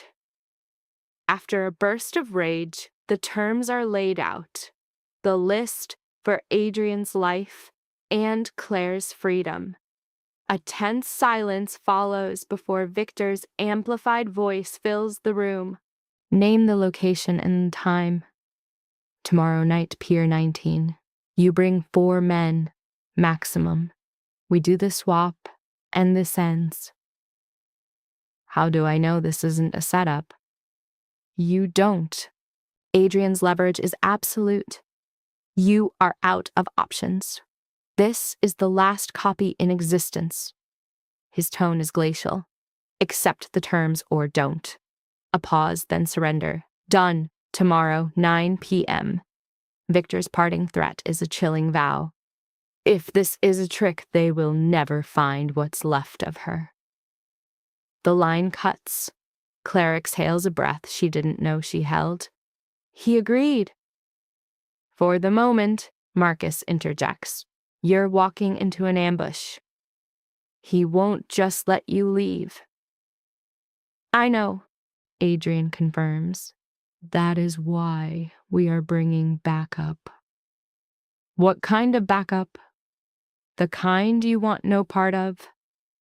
The color drains from Marcus's face. That part of my world is dead, Adrian. I just need you to make a single call to one person who owes me a debt. Adrian speaks the name, and Marcus shuts his eyes in despair. You are pathologically reckless. It's possible. Will you do it? After a long moment, Marcus yields. One call, nothing else. After that, I am a ghost. That is all I ask. 20 minutes later, Marcus departs, having aged a decade. Claire immediately asks Adrian who he called. A former asset of Marco's, he replies. Someone with enough firepower to make Victor honor the deal. And if this person doesn't show, then we adapt. Claire's laugh is a sharp, brittle sound. That is a terrible plan. Yes, Adrian agrees. It is. Darkness fell. They shared a meal neither could taste and attempted to rest in shifts, though true sleep eluded them both. When Claire closed her eyes, she was haunted by visions of Victor's face and the echo of gunfire. Dawn found her hollowed out, a vessel of equal parts terror and resolve. The room's ancient machine produced coffee that tasted like ash. You don't have to do this, Adrian said, for what felt like the 10th time. Yes, I do. Claire, if I stop now, what is the end game? The question hung unanswered. Victor would keep hunting, keep threatening, keep burning everything. She set down her mug. This is the only way it can end, so I will see it through. After a long, assessing look, Adrian nodded. Very well, let's prepare. They spent the day in a ritual of preparation. Adrian walked her through the plan 3 times, detailing every action, contingency, and silent signal for disaster. She fought to absorb the mechanics of a plan that felt fundamentally impossible. Around 4 o'clock, the ghost phone buzzed. He answered, listened, his face becoming unreadable. Understood, he said. We'll be ready. He ended the call and looked at Claire. That was Marcus. Our support is confirmed. They will be in position by 8:30. Did he say who they were? No, and I made a point not to ask. Adrian explained the cold calculus from the bed's edge. The less you know, the safer you are. If Victor began asking questions, he couldn't reveal what he was never told. Claire finished the thought in her head, hating its logic. They left the motel at 7 in another anonymous sedan Marcus had arranged. As they crossed the bridge, the city lights below felt strangely distant, a scene she might be witnessing for the last time. She forced the thought away. Pier 19 was a relic of the industrial sector, a waterfront abandoned when shipping lanes shifted a decade prior. It was a ruin of vacant structures, a place one went to remain unseen. Adrian parked 2 blocks away. They sat in perfect stillness. Do you remember the signals? Adrian asked. Touch your left ear, I run. Your hand in your pocket, I get behind you. If you use my full name, I go to ground. And if you tell me to leave, I'm gone. Claire's voice was level, a stark contrast to her trembling hands. I know the plan, Adrian. His composure showed a hairline fracture. I'm sorry for all of this, for pulling you into my world, for... Stop apologizing and keep us alive, Claire cut in. You can work through your guilt later. A ghost of a smile touched his lips. Agreed. They stepped out into air thick with brine, oil, and rust. From the glove compartment, Adrian retrieved a small, dark handgun. A cold dread formed in Claire's stomach. You said no weapons. I said I would aim for a clean outcome, but I'm not going in there unarmed. He checked the magazine, then slid the pistol into the small of his back. Stay close. The warehouse loomed before them, its black windows like voids. Claire's heart hammered against her ribs as they drew closer and saw them. Victor and his 4 men waiting. Victor stood at the center, radiating a bored arrogance. Adrian Cross, he called out as they closed to 20 feet. Punctual, I'm impressed. Let's get this over with, Adrian said. Where's the drive? Adrian held up the USB stick Marcus had prepared. It's here. Where is your boss? Marcos doesn't make these kinds of calls anymore. You know that. Victor's gaze moved to Claire. Hello again, my dear. You look terrible. She knew it was true, exhausted, filthy, wearing the tattered remains of a dress. Still, she lifted her chin. The feeling is mutual. Victor chuckled. Ah, so there's some fight left in you. I appreciate that. He nodded at Adrian. The drive. Let's find out if you're finally telling the truth. Adrian walked forward. Claire stayed put, watching Victor's men, her amputated arm aching with a phantom fire born of adrenaline. Adrian halted 10 feet away from Victor, the drive presented like an offering. Victor showed no inclination to accept it. Here we witness a negotiation not of terms but of truth. How do I know this is real? Victor's question hung in the air, a challenge to the very foundation of their meeting. Plug it in and see for yourself, Adrian countered, a move predicated on a certainty Victor did not possess.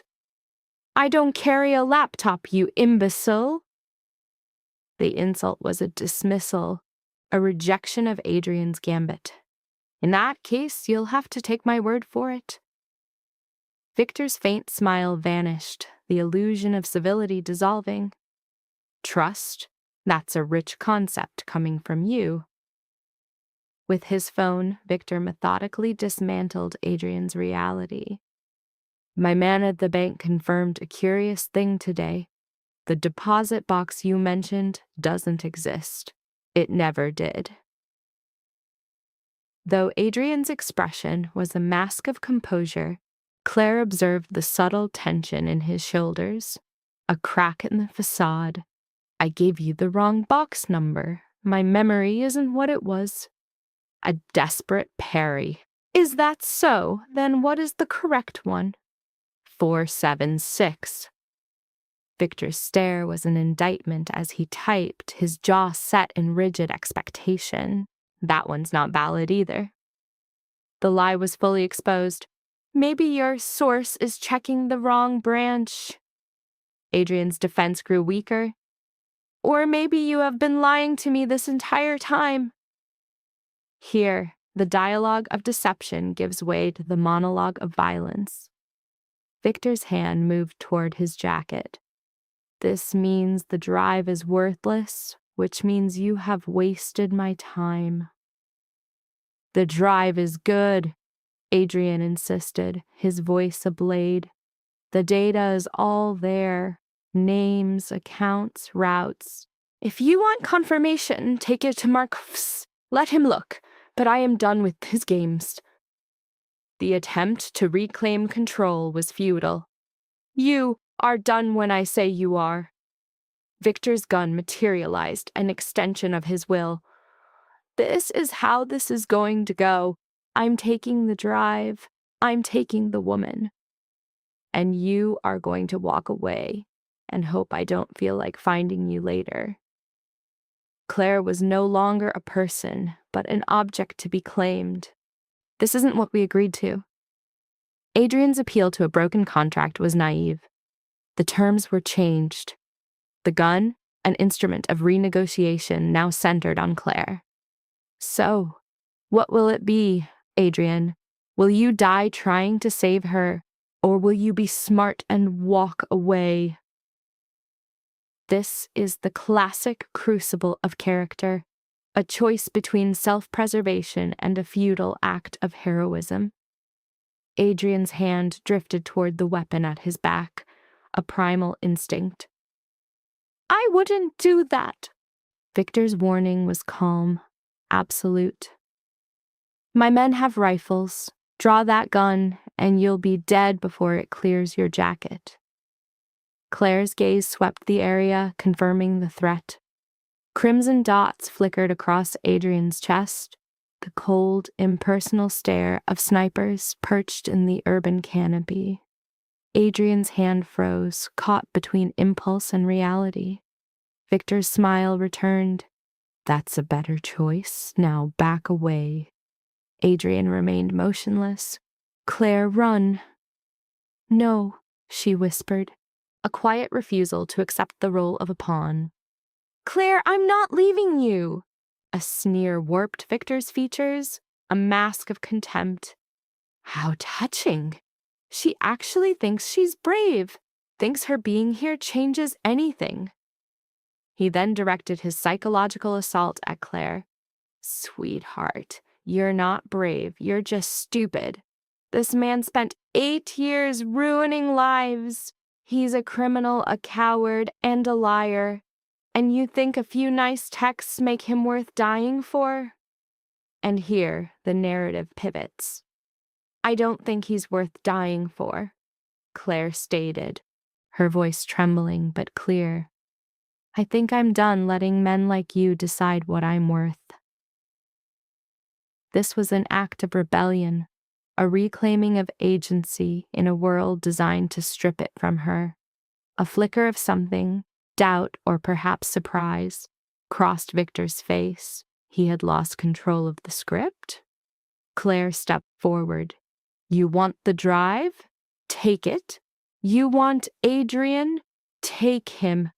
But you will not have me. I'm walking away from here.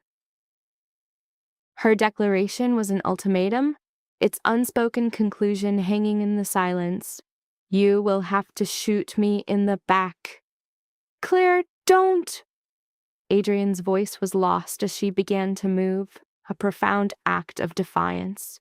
A tremor of fear coursed through her, yet she walked on.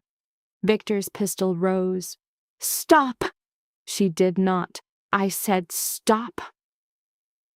Now merely 5 feet from him, she could see the rage simmering in his eyes, smell the scent of stale nicotine.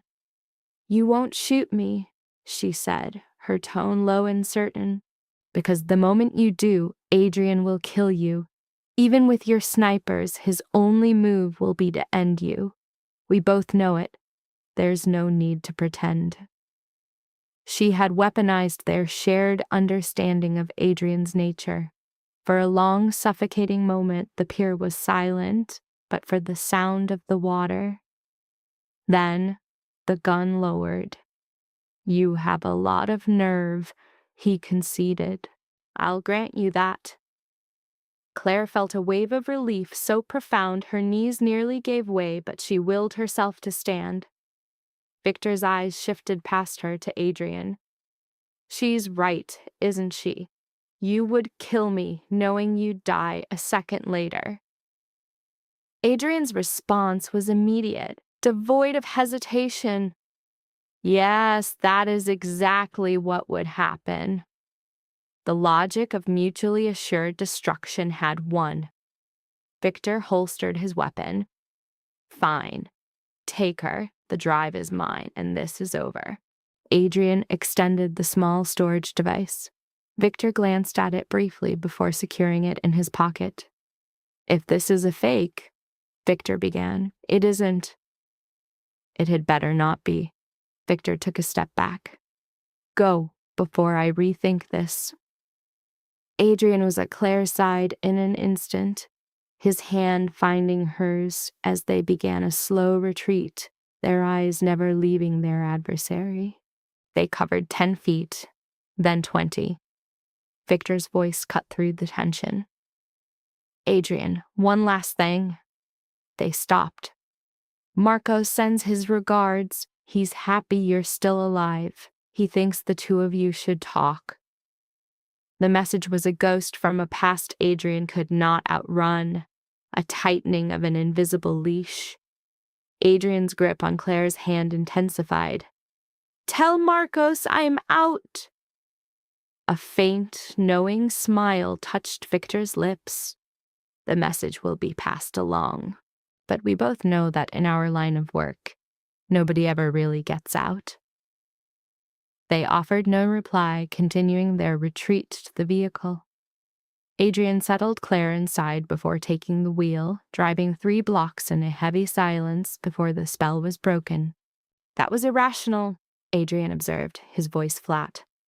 "I know." "You could have died." "I know. Don't ever do that again."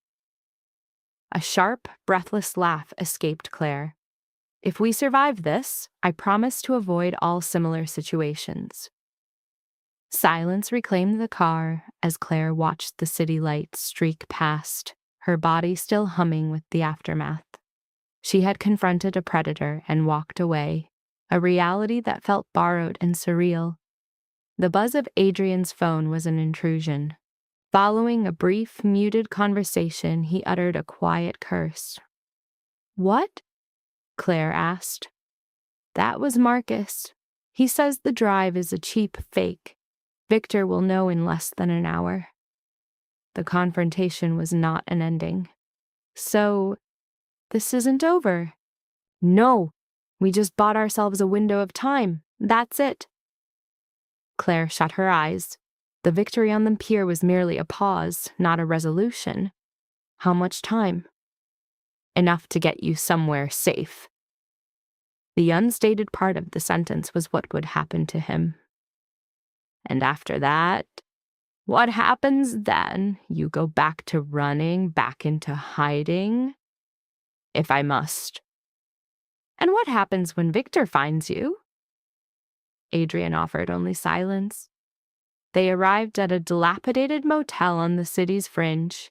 Using a false name and cash, Adrian secured a room on the 2nd floor. Once inside, Claire's composure finally fractured and she collapsed onto the bed, shaking as the adrenaline receded. Adrian sat beside her. You were amazing back there. I was absolutely terrified. You didn't show it. Yes, I did. I was shaking the entire time. So was I, Adrian admitted. It was a confession of vulnerability that reshaped him. When you started walking towards him, I thought, his voice fractured, I thought I was about to watch you die. Claire met his gaze. In the room's poor light, he seemed unguarded, almost fragile. But you didn't stop me. Because you were right. It was the only move we had. He raked a hand through his hair. My whole life has been about calculating risk, about strategy. In 1 minute, you did what I couldn't. You changed the equation. I didn't change anything. We're still in trouble. Victor is still a problem. Yes, but you're alive. That's the only thing that matters. Claire resisted the impulse to argue, to list the threats that still encircled them. The exhaustion was a physical weight. Adrian's proximity was the only anchor in the storm. What now? She asked, her voice soft. Now you rest. I'll take you home tomorrow. And then? Then I deal with the consequences. Alone? It has to be that way. Claire pushed herself into a sitting position. No, it doesn't. You keep trying to push me away, to protect me by shutting me out. But I'm already in this, Adrian. I have been since the wedding. She turned, facing him directly. So stop treating me like I'm fragile. Stop making my decisions for me. Tell me your real plan. The silence stretched before Adrian surrendered. I'm going to contact Marcos. A cold dread formed in Claire's stomach. What? It's the only way to resolve this. Victor works for Marcos. If I can convince Marcos to call him off, how? By going back to work for him? If that's what it takes. That's insane. You left that life because it was destroying you. Are you just throwing away the last 3 years? I'm going to do whatever it takes to keep you safe. At the cost of your own soul? Yes. The certainty in his voice was a devastating blow. Claire stood and began to pace, a caged energy animating her. I didn't ask for this. I didn't ask you to sacrifice yourself for me. I know. Then why? Adrian rose to meet her. Because for 3 months, talking to you made me feel human again. Like I was more than the sum of my mistakes. I won't let Victor or Marcos or anyone hurt you because of things I did. Even if it destroys you? Even then. Claire could only stare at this impossible man, the architect of her fear and the one person who had made her feel seen. The paradox was vertiginous. There has to be another way, she insisted. There isn't one. Then we'll find one. Claire's voice had found its strength again. You don't get to make this choice by yourself anymore. Now listen to me. You ran operations for years, right? You made deals, you found leverage. So find leverage now. Find something Marcos wants more than payback. Find something for Victor that's better than the list. She moved closer, her presence a challenge. You're brilliant, Adrian, more than you know. So think. His eyes locked onto hers, and something shifted in his expression. There might be one possibility, he said, his tone hushed. What is it? Marcos has a problem, a turf war with a rival organization. He's tried to negotiate, but it's failing. If I could fix that for him, he might write off the debt. Maybe. Then that's what we do. Adrian shook his head. It's not that simple. The crew he's at war with, they're on another level, far more dangerous than Victor, and fixing it would mean... He trailed off, unable to voice the consequence. It would mean what? It would mean becoming the man I swore I'd never be again. The implication was clear: violence, brutality, a return to the very darkness that had almost consumed him. "Is there any other way?" she asked. "Not one that guarantees you'll be safe." She closed her eyes. The impossible choice had been transferred to her. Allow Adrian to sacrifice his future to save her, or grant him permission to resurrect the monster he had struggled so hard to bury. He was confronted with a choice, a schism where both options promised ruin, though one concealed a sliver of redemption. "We face this as one," Claire's voice fractured the quiet. No matter the cost, her resolve was absolute. "You will not enter this fire by yourself. I am coming with you." "This is not a negotiation, Claire. At the pier, you claimed I altered the equation, that I accomplished what you could not. Allow me to aid you now. Let me become the answer, not another variable for you to control." Adrian's stare met hers, intense and unwavering. "You cannot comprehend the weight of your words." Then illuminate it for me. And so he did. Over the next hour, he rendered a stark portrait of the coming conflict. The brutal chess of a turf war, its currency of violence, and the fragile alliances it would require. He described the high probability that their endeavor would end in death. With each detail, Claire felt the final fragments of her past self disintegrate. The specter from her sister's wedding, the figure defined by her perceived fragility, that construct was now gone. What emerged was a new form tempered by adversity. This was a woman who had met the gaze of annihilation and did not yield. "I am still coming," Claire affirmed when his bleak summary concluded. "You are not obligated to do this." "I am, because allowing you to go alone would sentence me to a lifetime haunted by the question of your fate, a phantom I refuse to live with." Her eyes remained locked on his. "Therefore, we confront this as a unit. We devise a resolution for Marcos. We neutralize the danger that is Victor. And beyond that," her sentence hung, unfinished. "Beyond that, we navigate what follows." Adrian's hand bridged the distance, enveloping hers, a warm, grounding presence. "Are you certain?" "I have never been more uncertain of anything," Claire admitted. "But I am proceeding regardless." A subtle smile touched his lips. "You know, when I initiated contact online, I expected to find a kindred spirit in brokenness. I never anticipated—" He trailed off. "I never foresaw this degree of fortitude in you. This isn't strength. It is simply an exhaustion with fear. The two are synonymous." Perhaps they were. Claire no longer knew. Adrian placed a call, his low voice scheduling a meeting with Marcos for the following day. When he disconnected, his expression was impenetrable. "It is arranged," he stated. "Tomorrow, 1000 hours, at Marcos's office. And if the situation deteriorates, we flee, quickly and without looking back. Is that sufficient?" That is the central uncertainty. The ensuing hours of darkness were dedicated to strategy.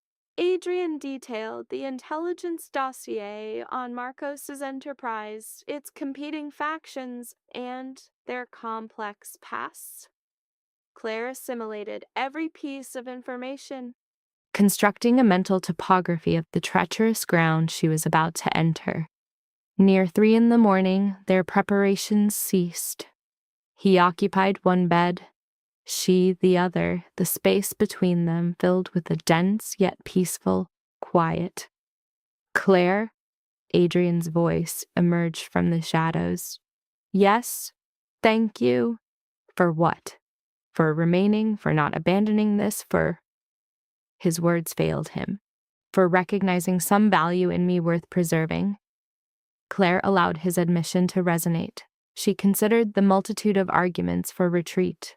contacting the authorities, letting Adrian confront this peril solo.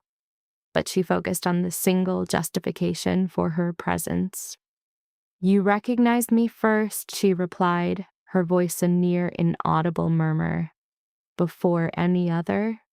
Before I recognized myself. So yes, I am staying." A long, slow exhalation of relief came from his side of the room. Understood. Understood. They remained in the darkness, sleep eluding them both. Each understood that the coming day marked a fundamental shift. Dawn arrived with unwelcome speed. Claire awoke to find Adrian already prepared, his face a stoic facade. "Ready?" he inquired. She was not, yet she affirmed with a nod. They proceeded toward Marcos's office. On the surface, the enterprise was a respectable shipping firm, an immaculate facade for a corrupt reality. The structure itself was an unremarkable edifice of glass and steel designed for urban anonymity. Within its walls, however, the narrative shifted. Surveillance was pervasive, the unblinking lenses of cameras.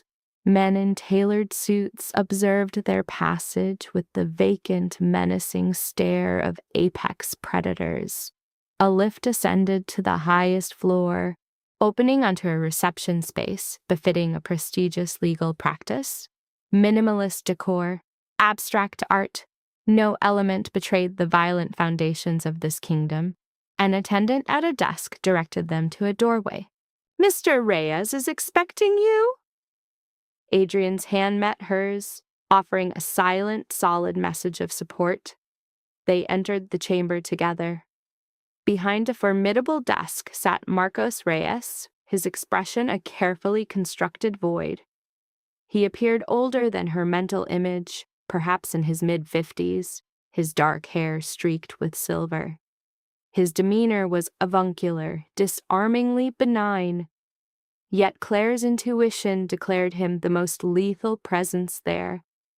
"Adrian," Marcos initiated, his tone polished and even.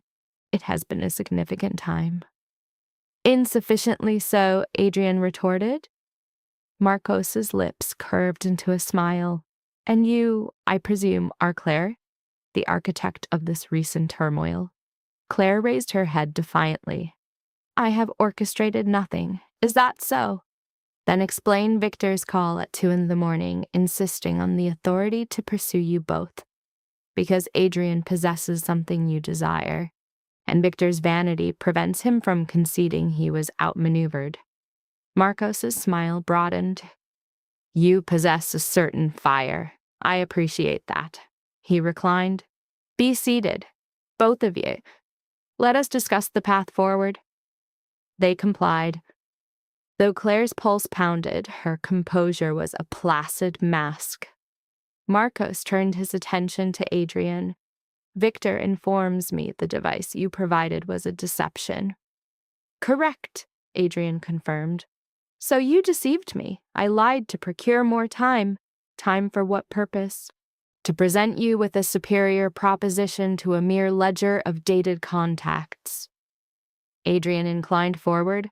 "I am aware of your difficulties with the Castellano organization, a territorial conflict that has become costly and complex."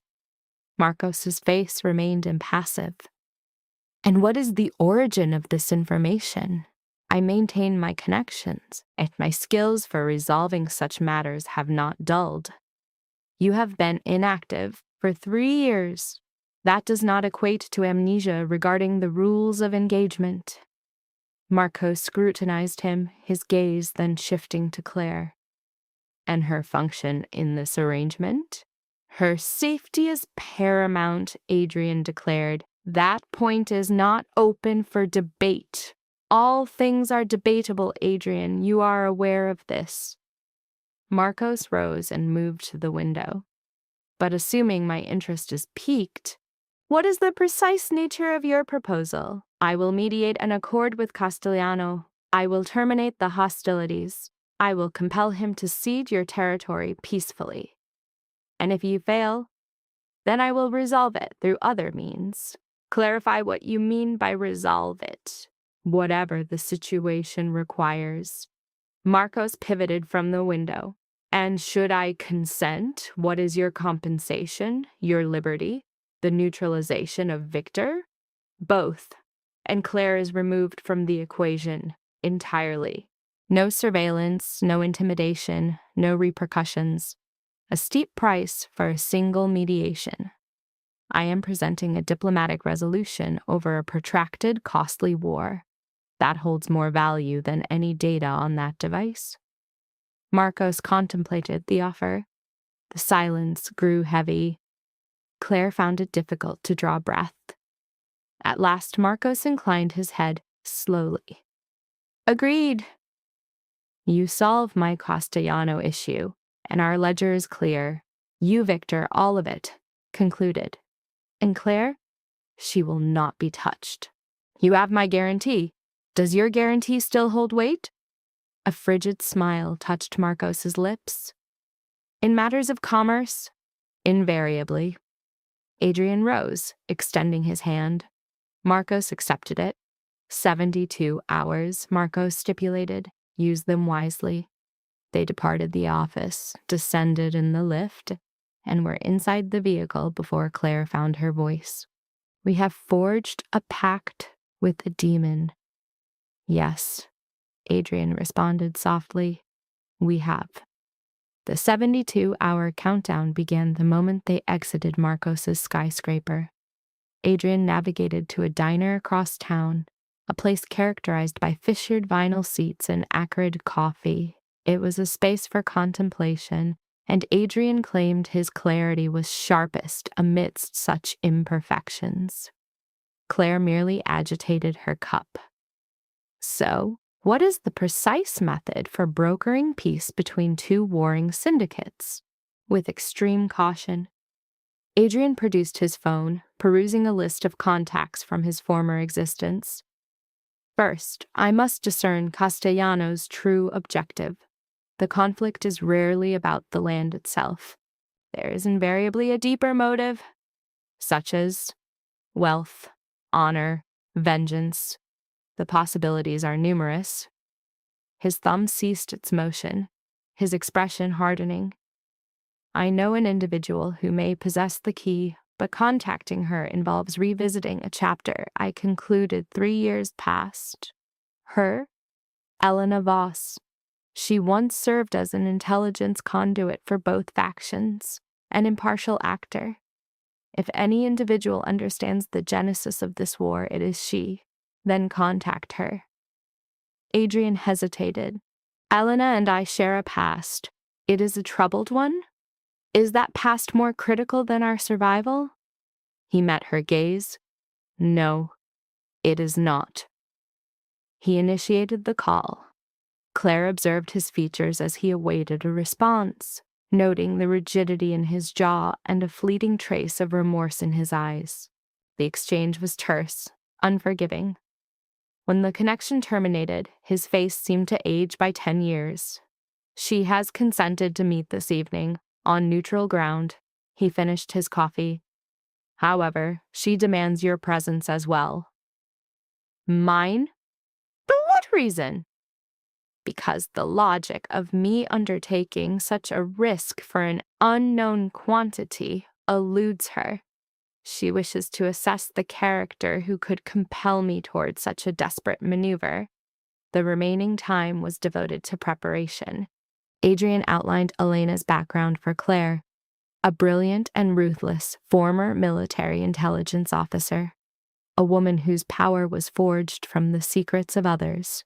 She had disappeared from government work following an obscure event, only to resurface as a private broker, bartering intelligence for vast sums. Expect a thorough examination, Adrian cautioned.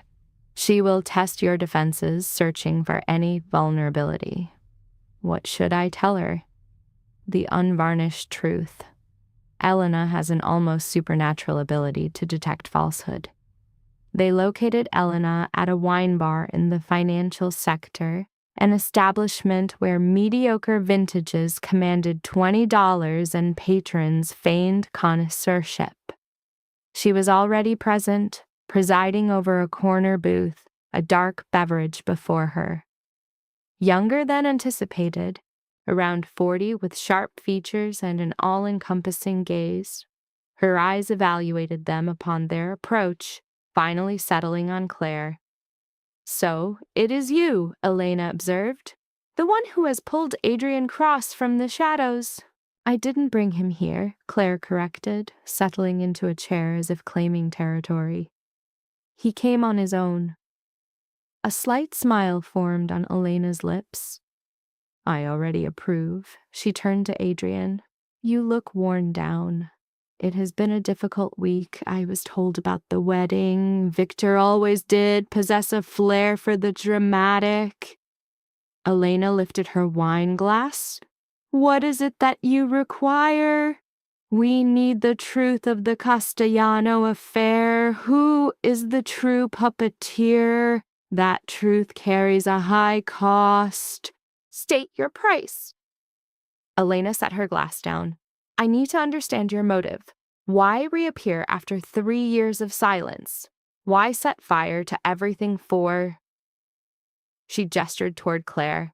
"Her?" A muscle tightened in Adrian's jaw. "That is outside the terms of our deal, and my information holds its value." "Then you will answer, or our business is concluded." Claire spoke before Adrian could respond. "Because he is fighting to ensure my survival, because his past inadvertently dragged me in, and now we must find an escape, and because he appears to believe my life is worth the peril." She met Elena's gaze unflinchingly. "Is that a sufficient answer for you?" Elena observed her for a long moment. "You are aware of what he was, are you not? The actions he has taken?" "I am aware." "And yet you remain?" "I remain." A change occurred in Elena's expression. "Fascinating." She refocused on Adrian. "The Castellano conflict isn't about territory. It is about the brother of Antonio Castellano, Paolo." Adrian became utterly still. "What of Paolo?" "He is gone. Killed 6 months ago in an incident police labeled a failed robbery. But Antonio rejects the official account. He is certain Marcos issued the directive." "And did he?" "No. But a third party wanted Antonio to believe he did. Someone who profits when they destroy each other." Oops. The faintest smile graced Elena's lips. "That is the truly expensive part." Adrian moved to get his wallet. "What is the cost?" "I have no need of your money, Adrian." Elena leaned forward. "I require a favor. A single one without questions to be redeemed whenever I decide. That is an open-ended debt. That is my fee." Adrian's gaze found Claire's. She offered a single decisive nod. They had no other option. "Fine," Adrian agreed. "One favor." Elena pushed her phone across the smooth tabletop. The display showed a man in his late 30s, clad in expensive attire, his face a mask of cold composure. "His name is Marco Santos. He manages a lesser organization, unlike the Marcos or Castellano syndicates, but he is ambitious. He has been feeding Antonio fabrications about Paolo's end, creating evidence that implicates Marcos. His strategy is to let them exhaust each other, after which he intends to seize the remnants. So we simply need to reveal Santos." "It is not so straightforward." Antonio is already convinced by Santos's narrative. "You would need absolute, irrefutable evidence to sway him." "Santos is cautious. He leaves no trails." Claire interjected. "But what if we could speak to Antonio ourselves? Make him see how he is being manipulated? Antonio is lost in his own paranoia. He trusts no one, particularly not a man formerly employed by Marcos." Elena's eyes shifted to Adrian. "He would shoot you without hesitation." "Then we will not use Antonio's front door," Claire stated. We will approach through someone he still respects. A glint of clinical interest appeared in Elena's eyes. And who might that be? Paolo's widow, assuming she is still a factor. Elena's smile widened. A courageous gambit. Yes, Maria Castellano is alive, and hers is the only voice Antonio will heed. But getting to her is an entirely different problem. She is under constant surveillance. Can you arrange a meeting for us? Adrian inquired. I could attempt it, but that would place you further in my debt. Elena mulled it over. No, this one will be complimentary. Consider it a matter of professional intrigue. I am curious to see if you two can execute such a delicate operation. She drank the last of her wine and rose. I will contact Maria. If she consents, you will be notified. In the meantime, vanish. Santos has people searching for you everywhere. She departed. Claire and Adrian remained in the resonant quiet. Another debt is now owed to Elena Voss, Adrian murmured, his voice low. That payment will be demanded, and it will be substantial. We will face that when the time comes. Claire observed his features. Do you believe Maria will meet with us? It is impossible to know. My old file on her depicted a woman consumed by both grief and rage. In such a state, a person is capable of anything. They departed the bar for their temporary lodging. The waiting started, its own form of agony. Sleep eluded Claire. Her nerves were stretched too thin. Each noise was a menace, each passing car a possible assault. Close to midnight, Adrian's phone vibrated. He looked at the message, then his eyes met Claire's. Maria agreed. Tomorrow afternoon, a church in Little Italy. A church? It is considered neutral territory, no firearms permitted. Elena will attend as a mediator. Clip processed the information. Understood.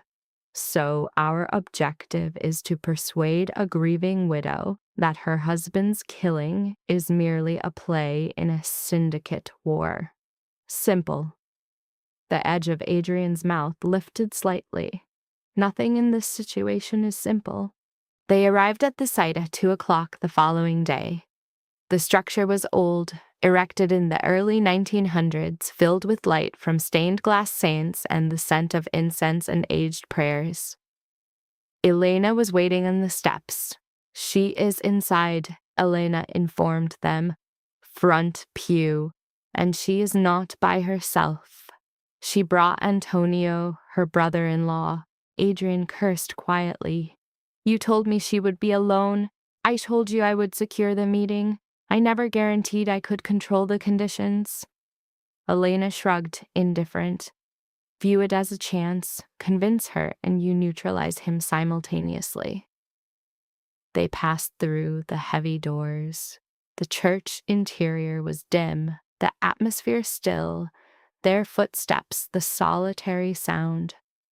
Maria Castellano was a silhouette in the first row, dressed in black, her skin like porcelain.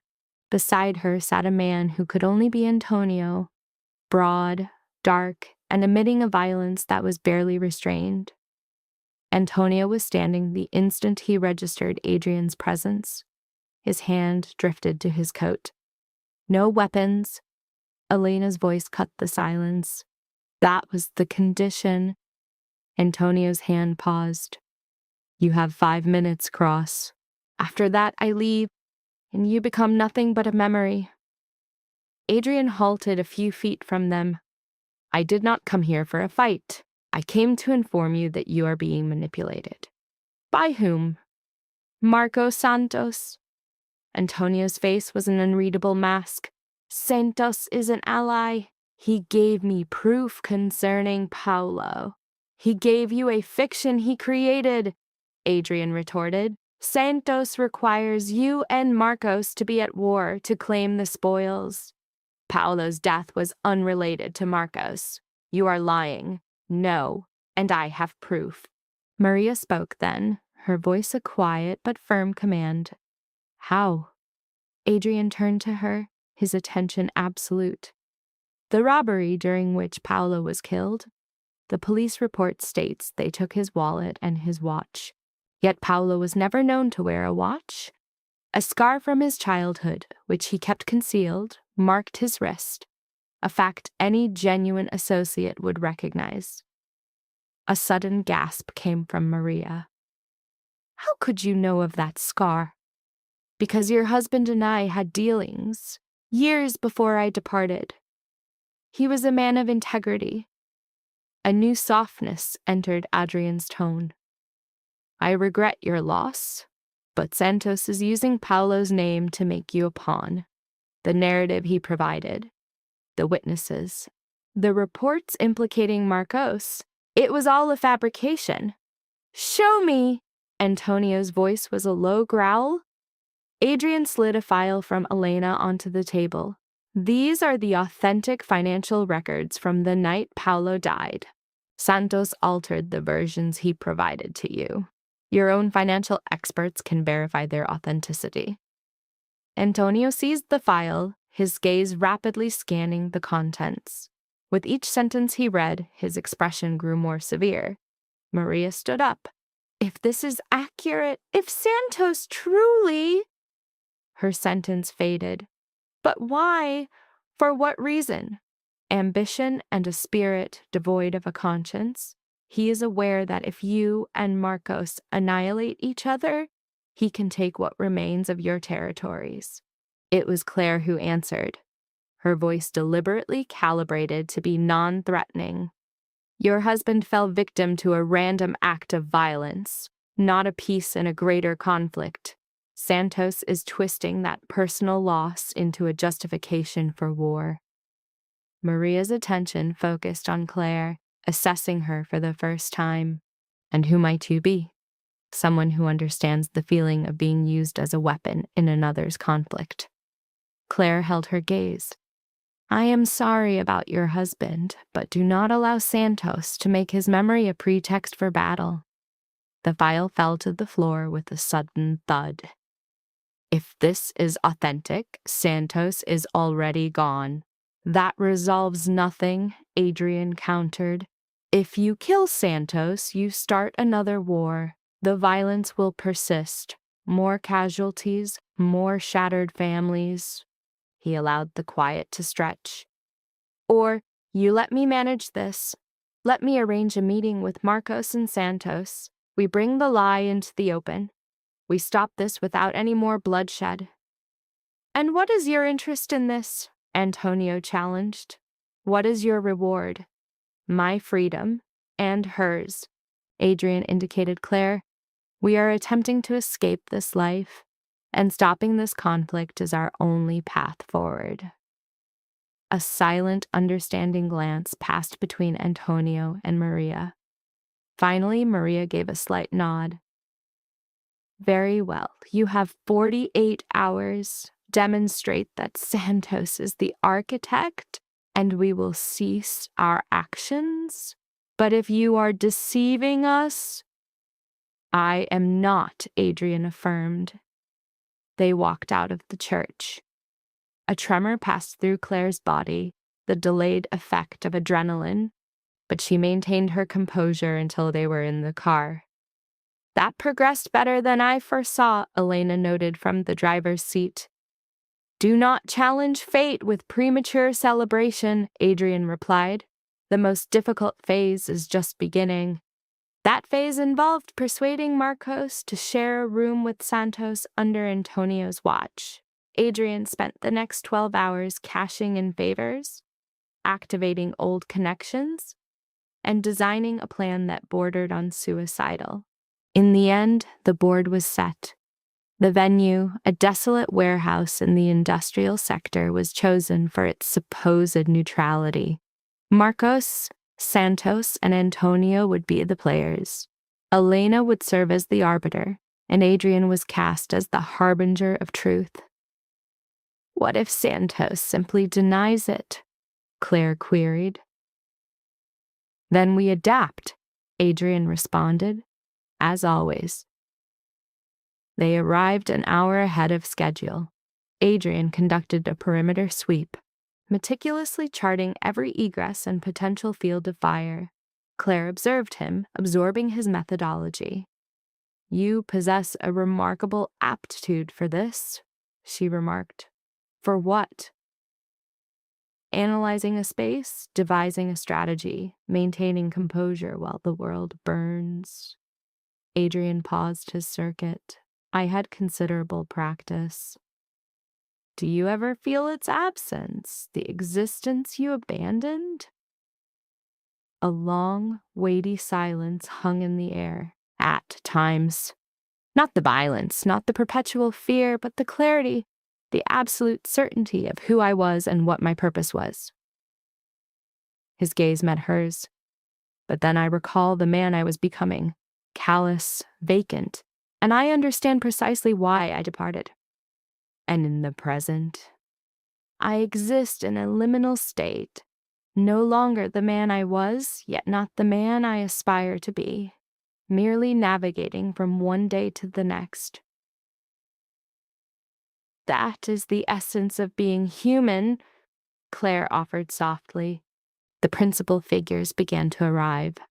Marcos appeared first, flanked by 2 sentinels. Antonio followed, arriving alone but visibly carrying a weapon. Lastly came Santos, bearing a smile better suited for a gala. Elena moved to the center of the cavernous room. "Gentlemen, our purpose here is to resolve this conflict definitively. Adrian possesses intelligence that fundamentally alters the context of this entire dispute." Santos's smile remained fixed.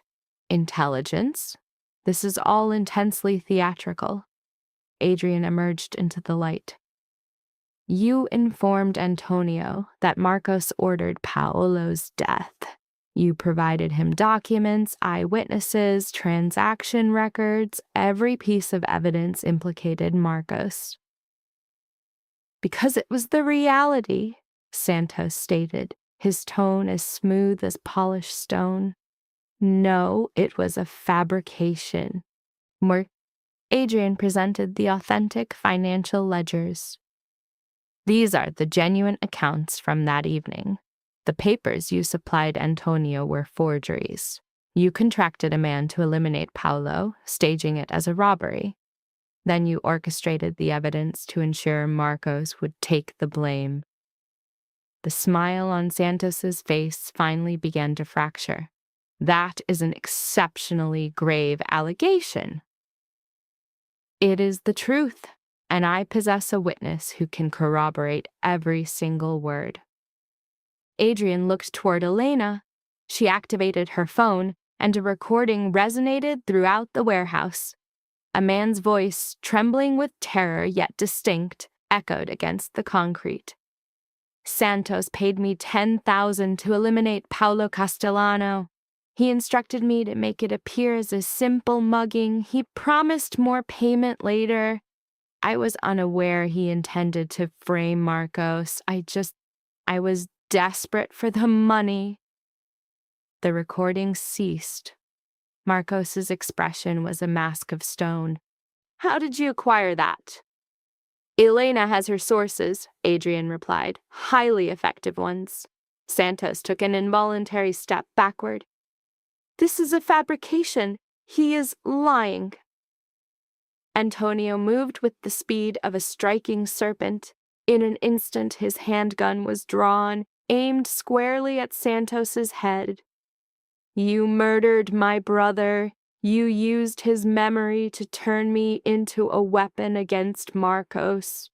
"Antonio, don't." Santos's meticulously crafted composure finally disintegrated. This was not part of his scenario. Paolo's name was merely a disposable detail. It was only a business arrangement that soured. "A transaction?" Antonio's voice was frigid. "My brother's life was merely a line item in your cost of doing business." "Antonio." Marcos's voice sliced through the tension. "Lower the weapon."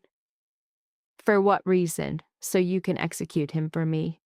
No, this can be concluded in the proper manner.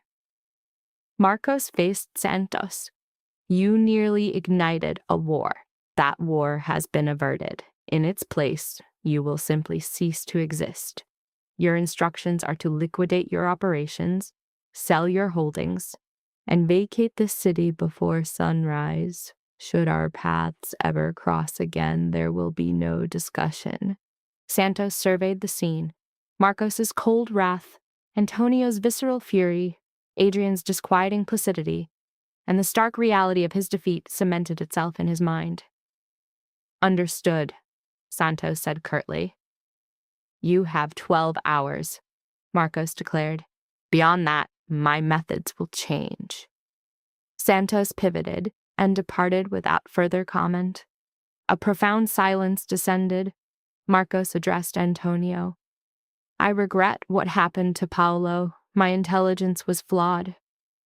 Had you known, what would your course of action have been? Antonio reholstered his weapon. To prevent it. That was never a possibility. Perhaps not, but I would not have permitted Santos to exploit it to turn us against one another. Marcos offered his hand. Is our conflict concluded? Antonio regarded the hand, then grasped it. It is concluded. Marcos then turned to Adrian. A precise operation. You have resolved my issue. Our transaction is complete. What is Victor's status? He is being recalled. You and the woman are free, per our agreement. Adrian offered a brief, formal nod. My thanks? Do not thank me. Simply revert to being a ghost, and this time ensure you remain one. Marcos departed, with Antonio a pace behind. Only Adrian, Claire, and Elena were left. A faint smile graced Elena's lips. That was quite the performance. You procured that audio file with remarkable speed, Adrian observed. I have my resources. She pocketed her phone. Do not forget, Adrian, you are now indebted to me twice. I will make my collection in due time. I am aware. Elena took her leave. Adrian and Claire stood isolated in the immense, barren space as the pressure of the past 72 hours settled upon them. Is it finished? Claire asked. Yes, it is finished. She anticipated a sense of triumph, but felt only a profound, soul-deep weariness. They went back to the motel to resolve the final details. Adrian completed his last communications, one to Marcos, confirming the accord was settled, one to Marcos, expressing gratitude for his assistance, one to Victor, who had apparently accepted his recall with unexpected equanimity. Finally, he addressed Claire. You are unbound now. You can return to your previous life, to your loved ones, to normalcy. And your own path? I will vanish. Locate a quiet place. Begin anew. Claire studied him, this man who had deceived her, rescued her, and navigated her through a crucible only to deliver her to the other side. Is that what you truly desire? What I desire is no longer a relevant factor. It is. She bridged the gap between them. You dedicated 3 years to constructing a new man, a superior one. Then you resurrected that former self, merely to ensure my safety. What follows for you? Do you flee once more? Because no other path exists for you, save one. You could remain, not in this city, nor in this life, but with me. We could discover a new existence together. Adrian stood motionless, processing her words. Claire, you have no obligation to me. This has nothing to do with obligation. It is because within that maelstrom of absolute terror, you were the sole anchor to my sanity. Her voice quivered, yet she maintained his gaze. For 4 years I was an apparition, the broken sister pitied by all. But you perceived me. You made me feel as if I had substance. So yes, it commenced as a falsehood. You were a criminal attempting to outrun your past, but it transformed into something more, and I am not prepared to release that. The fortress round Adrian's heart was fissuring. The truth of him laid bare in his eyes. You are worthy of someone with a less tarnished history. Perhaps, but I am the one who makes that determination. And in this moment, I am determining you are a risk I am willing to embrace. He eliminated the final space separating them. His hand rose to her face, his touch possessing a gentleness that defied the violence his fingers had known. If we do this, he whispered, you must comprehend. I will not revert to that life. Not for Marcos. Not for any reason. I am done. I know. And I will dedicate the remainder of my days to becoming the man you believe me to be. You already are. She inclined into his touch. You simply need to accept it. And then he kissed her. It began as a tentative inquiry, then evolved into a silent declaration of all he could not articulate. Claire responded in kind, sensing a fragment of her spirit finally settling into its rightful place. When they separated, a genuine smile touched Adrian's lips. What is next? Now we return. We confront my family. We devise a way to explain all of this. That sounds as though it will be a challenging discussion. Likely, but we are capable of managing it. She took his hand. Together. The following morning, they departed the motel and drove toward the city, toward the vineyard where their world had first disintegrated. Claire's parents were present, as was Stella, all of them holding a tense vigil for her return.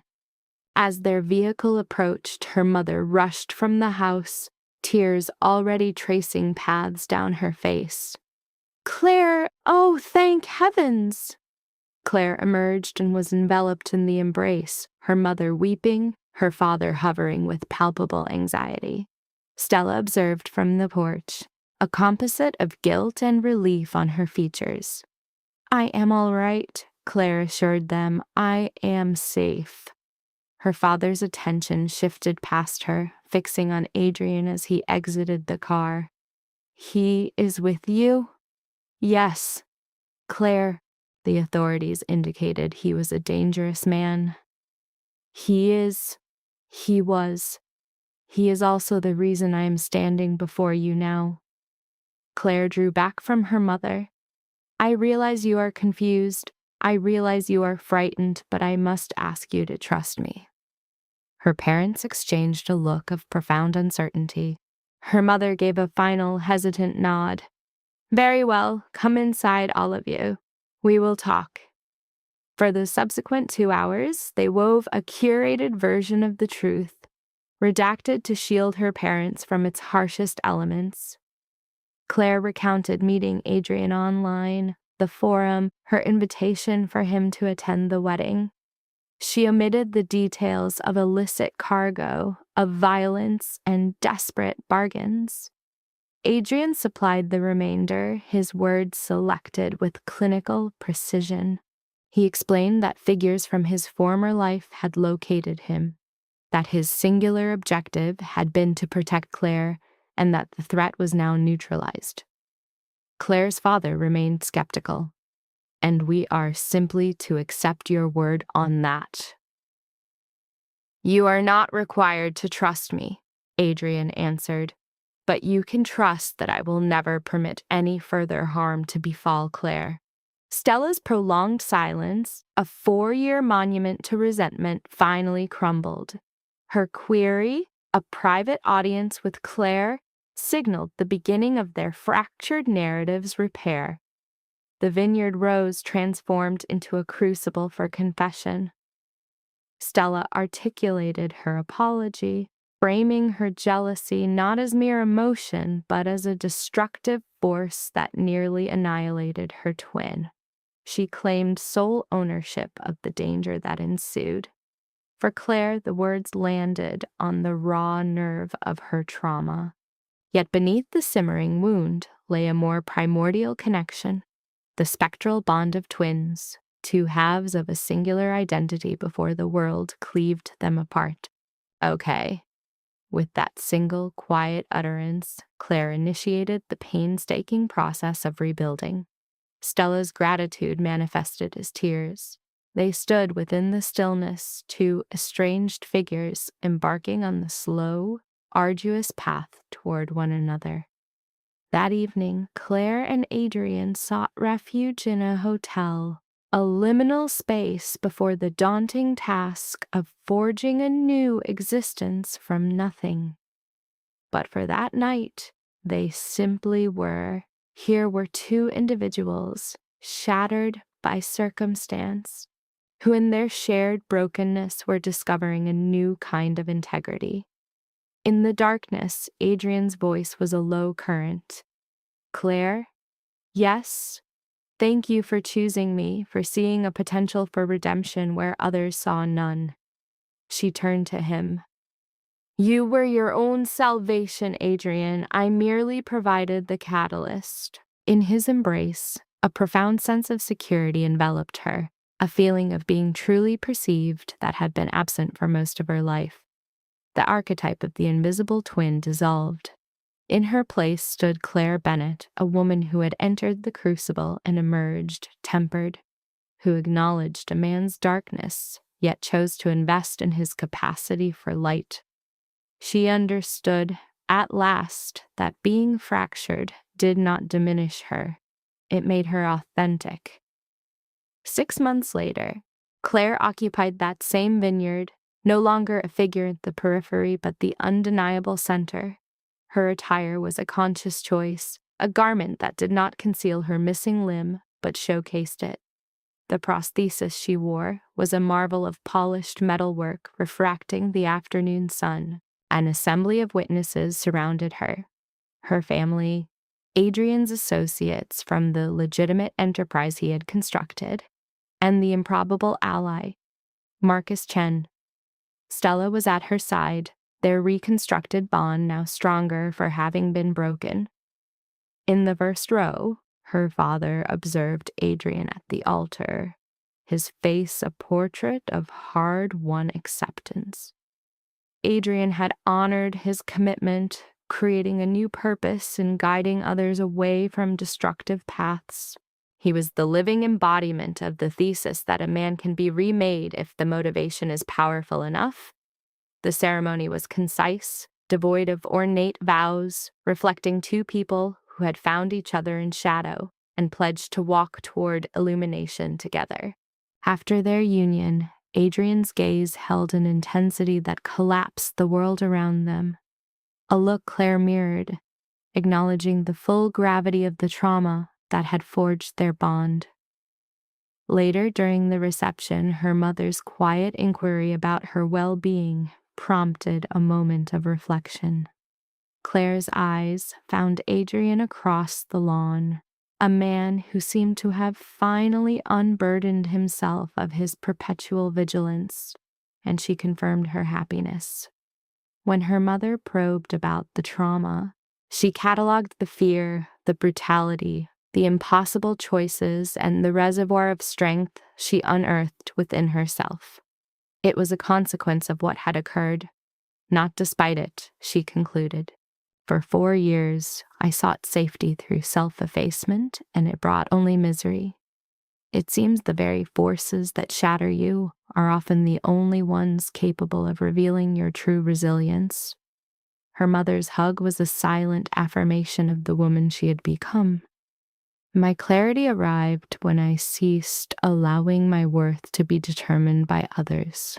The gathering continued, a tableau of perfect normalcy, until the sudden materialization of Elena Vlas, an apparition from Adrian's former life. She presented an envelope. The first requisition, she stated, His body instantly tensed, the old hyper-vigilance returning. "It's a simple consultation, one meeting."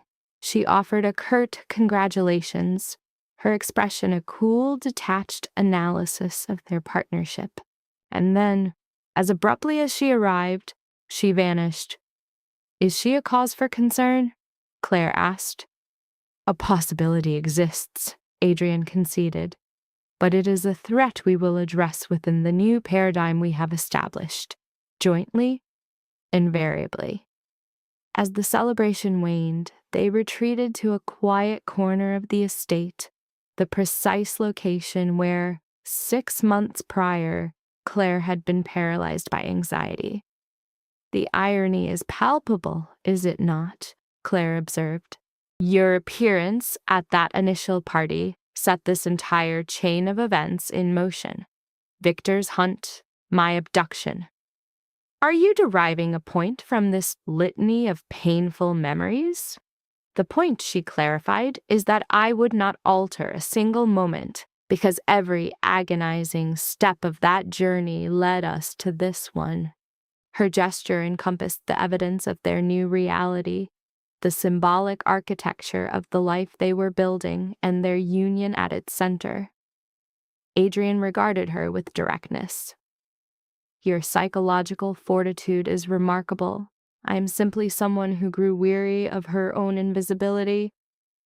"No," he corrected. "You are someone who chose to be seen, fully aware of the profound dangers that choice entailed. That requires a caliber of courage most people lack." Claire held his gaze. "Your choice to abandon a life of violence for one of normalcy demanded courage as well." They stood there as the party's echoes faded into the encroaching stillness of night. Two souls, fractured by different histories, who had made a conscious decision to choose love over the tyranny of their own fear. The overlooked twin and the predator who truly saw her. This was no fairy tale conclusion, but something far more potent, a reality that was scarred, arduous, and earned. It was a state of equilibrium forged within chaos itself, and that is what gave it its ultimate value.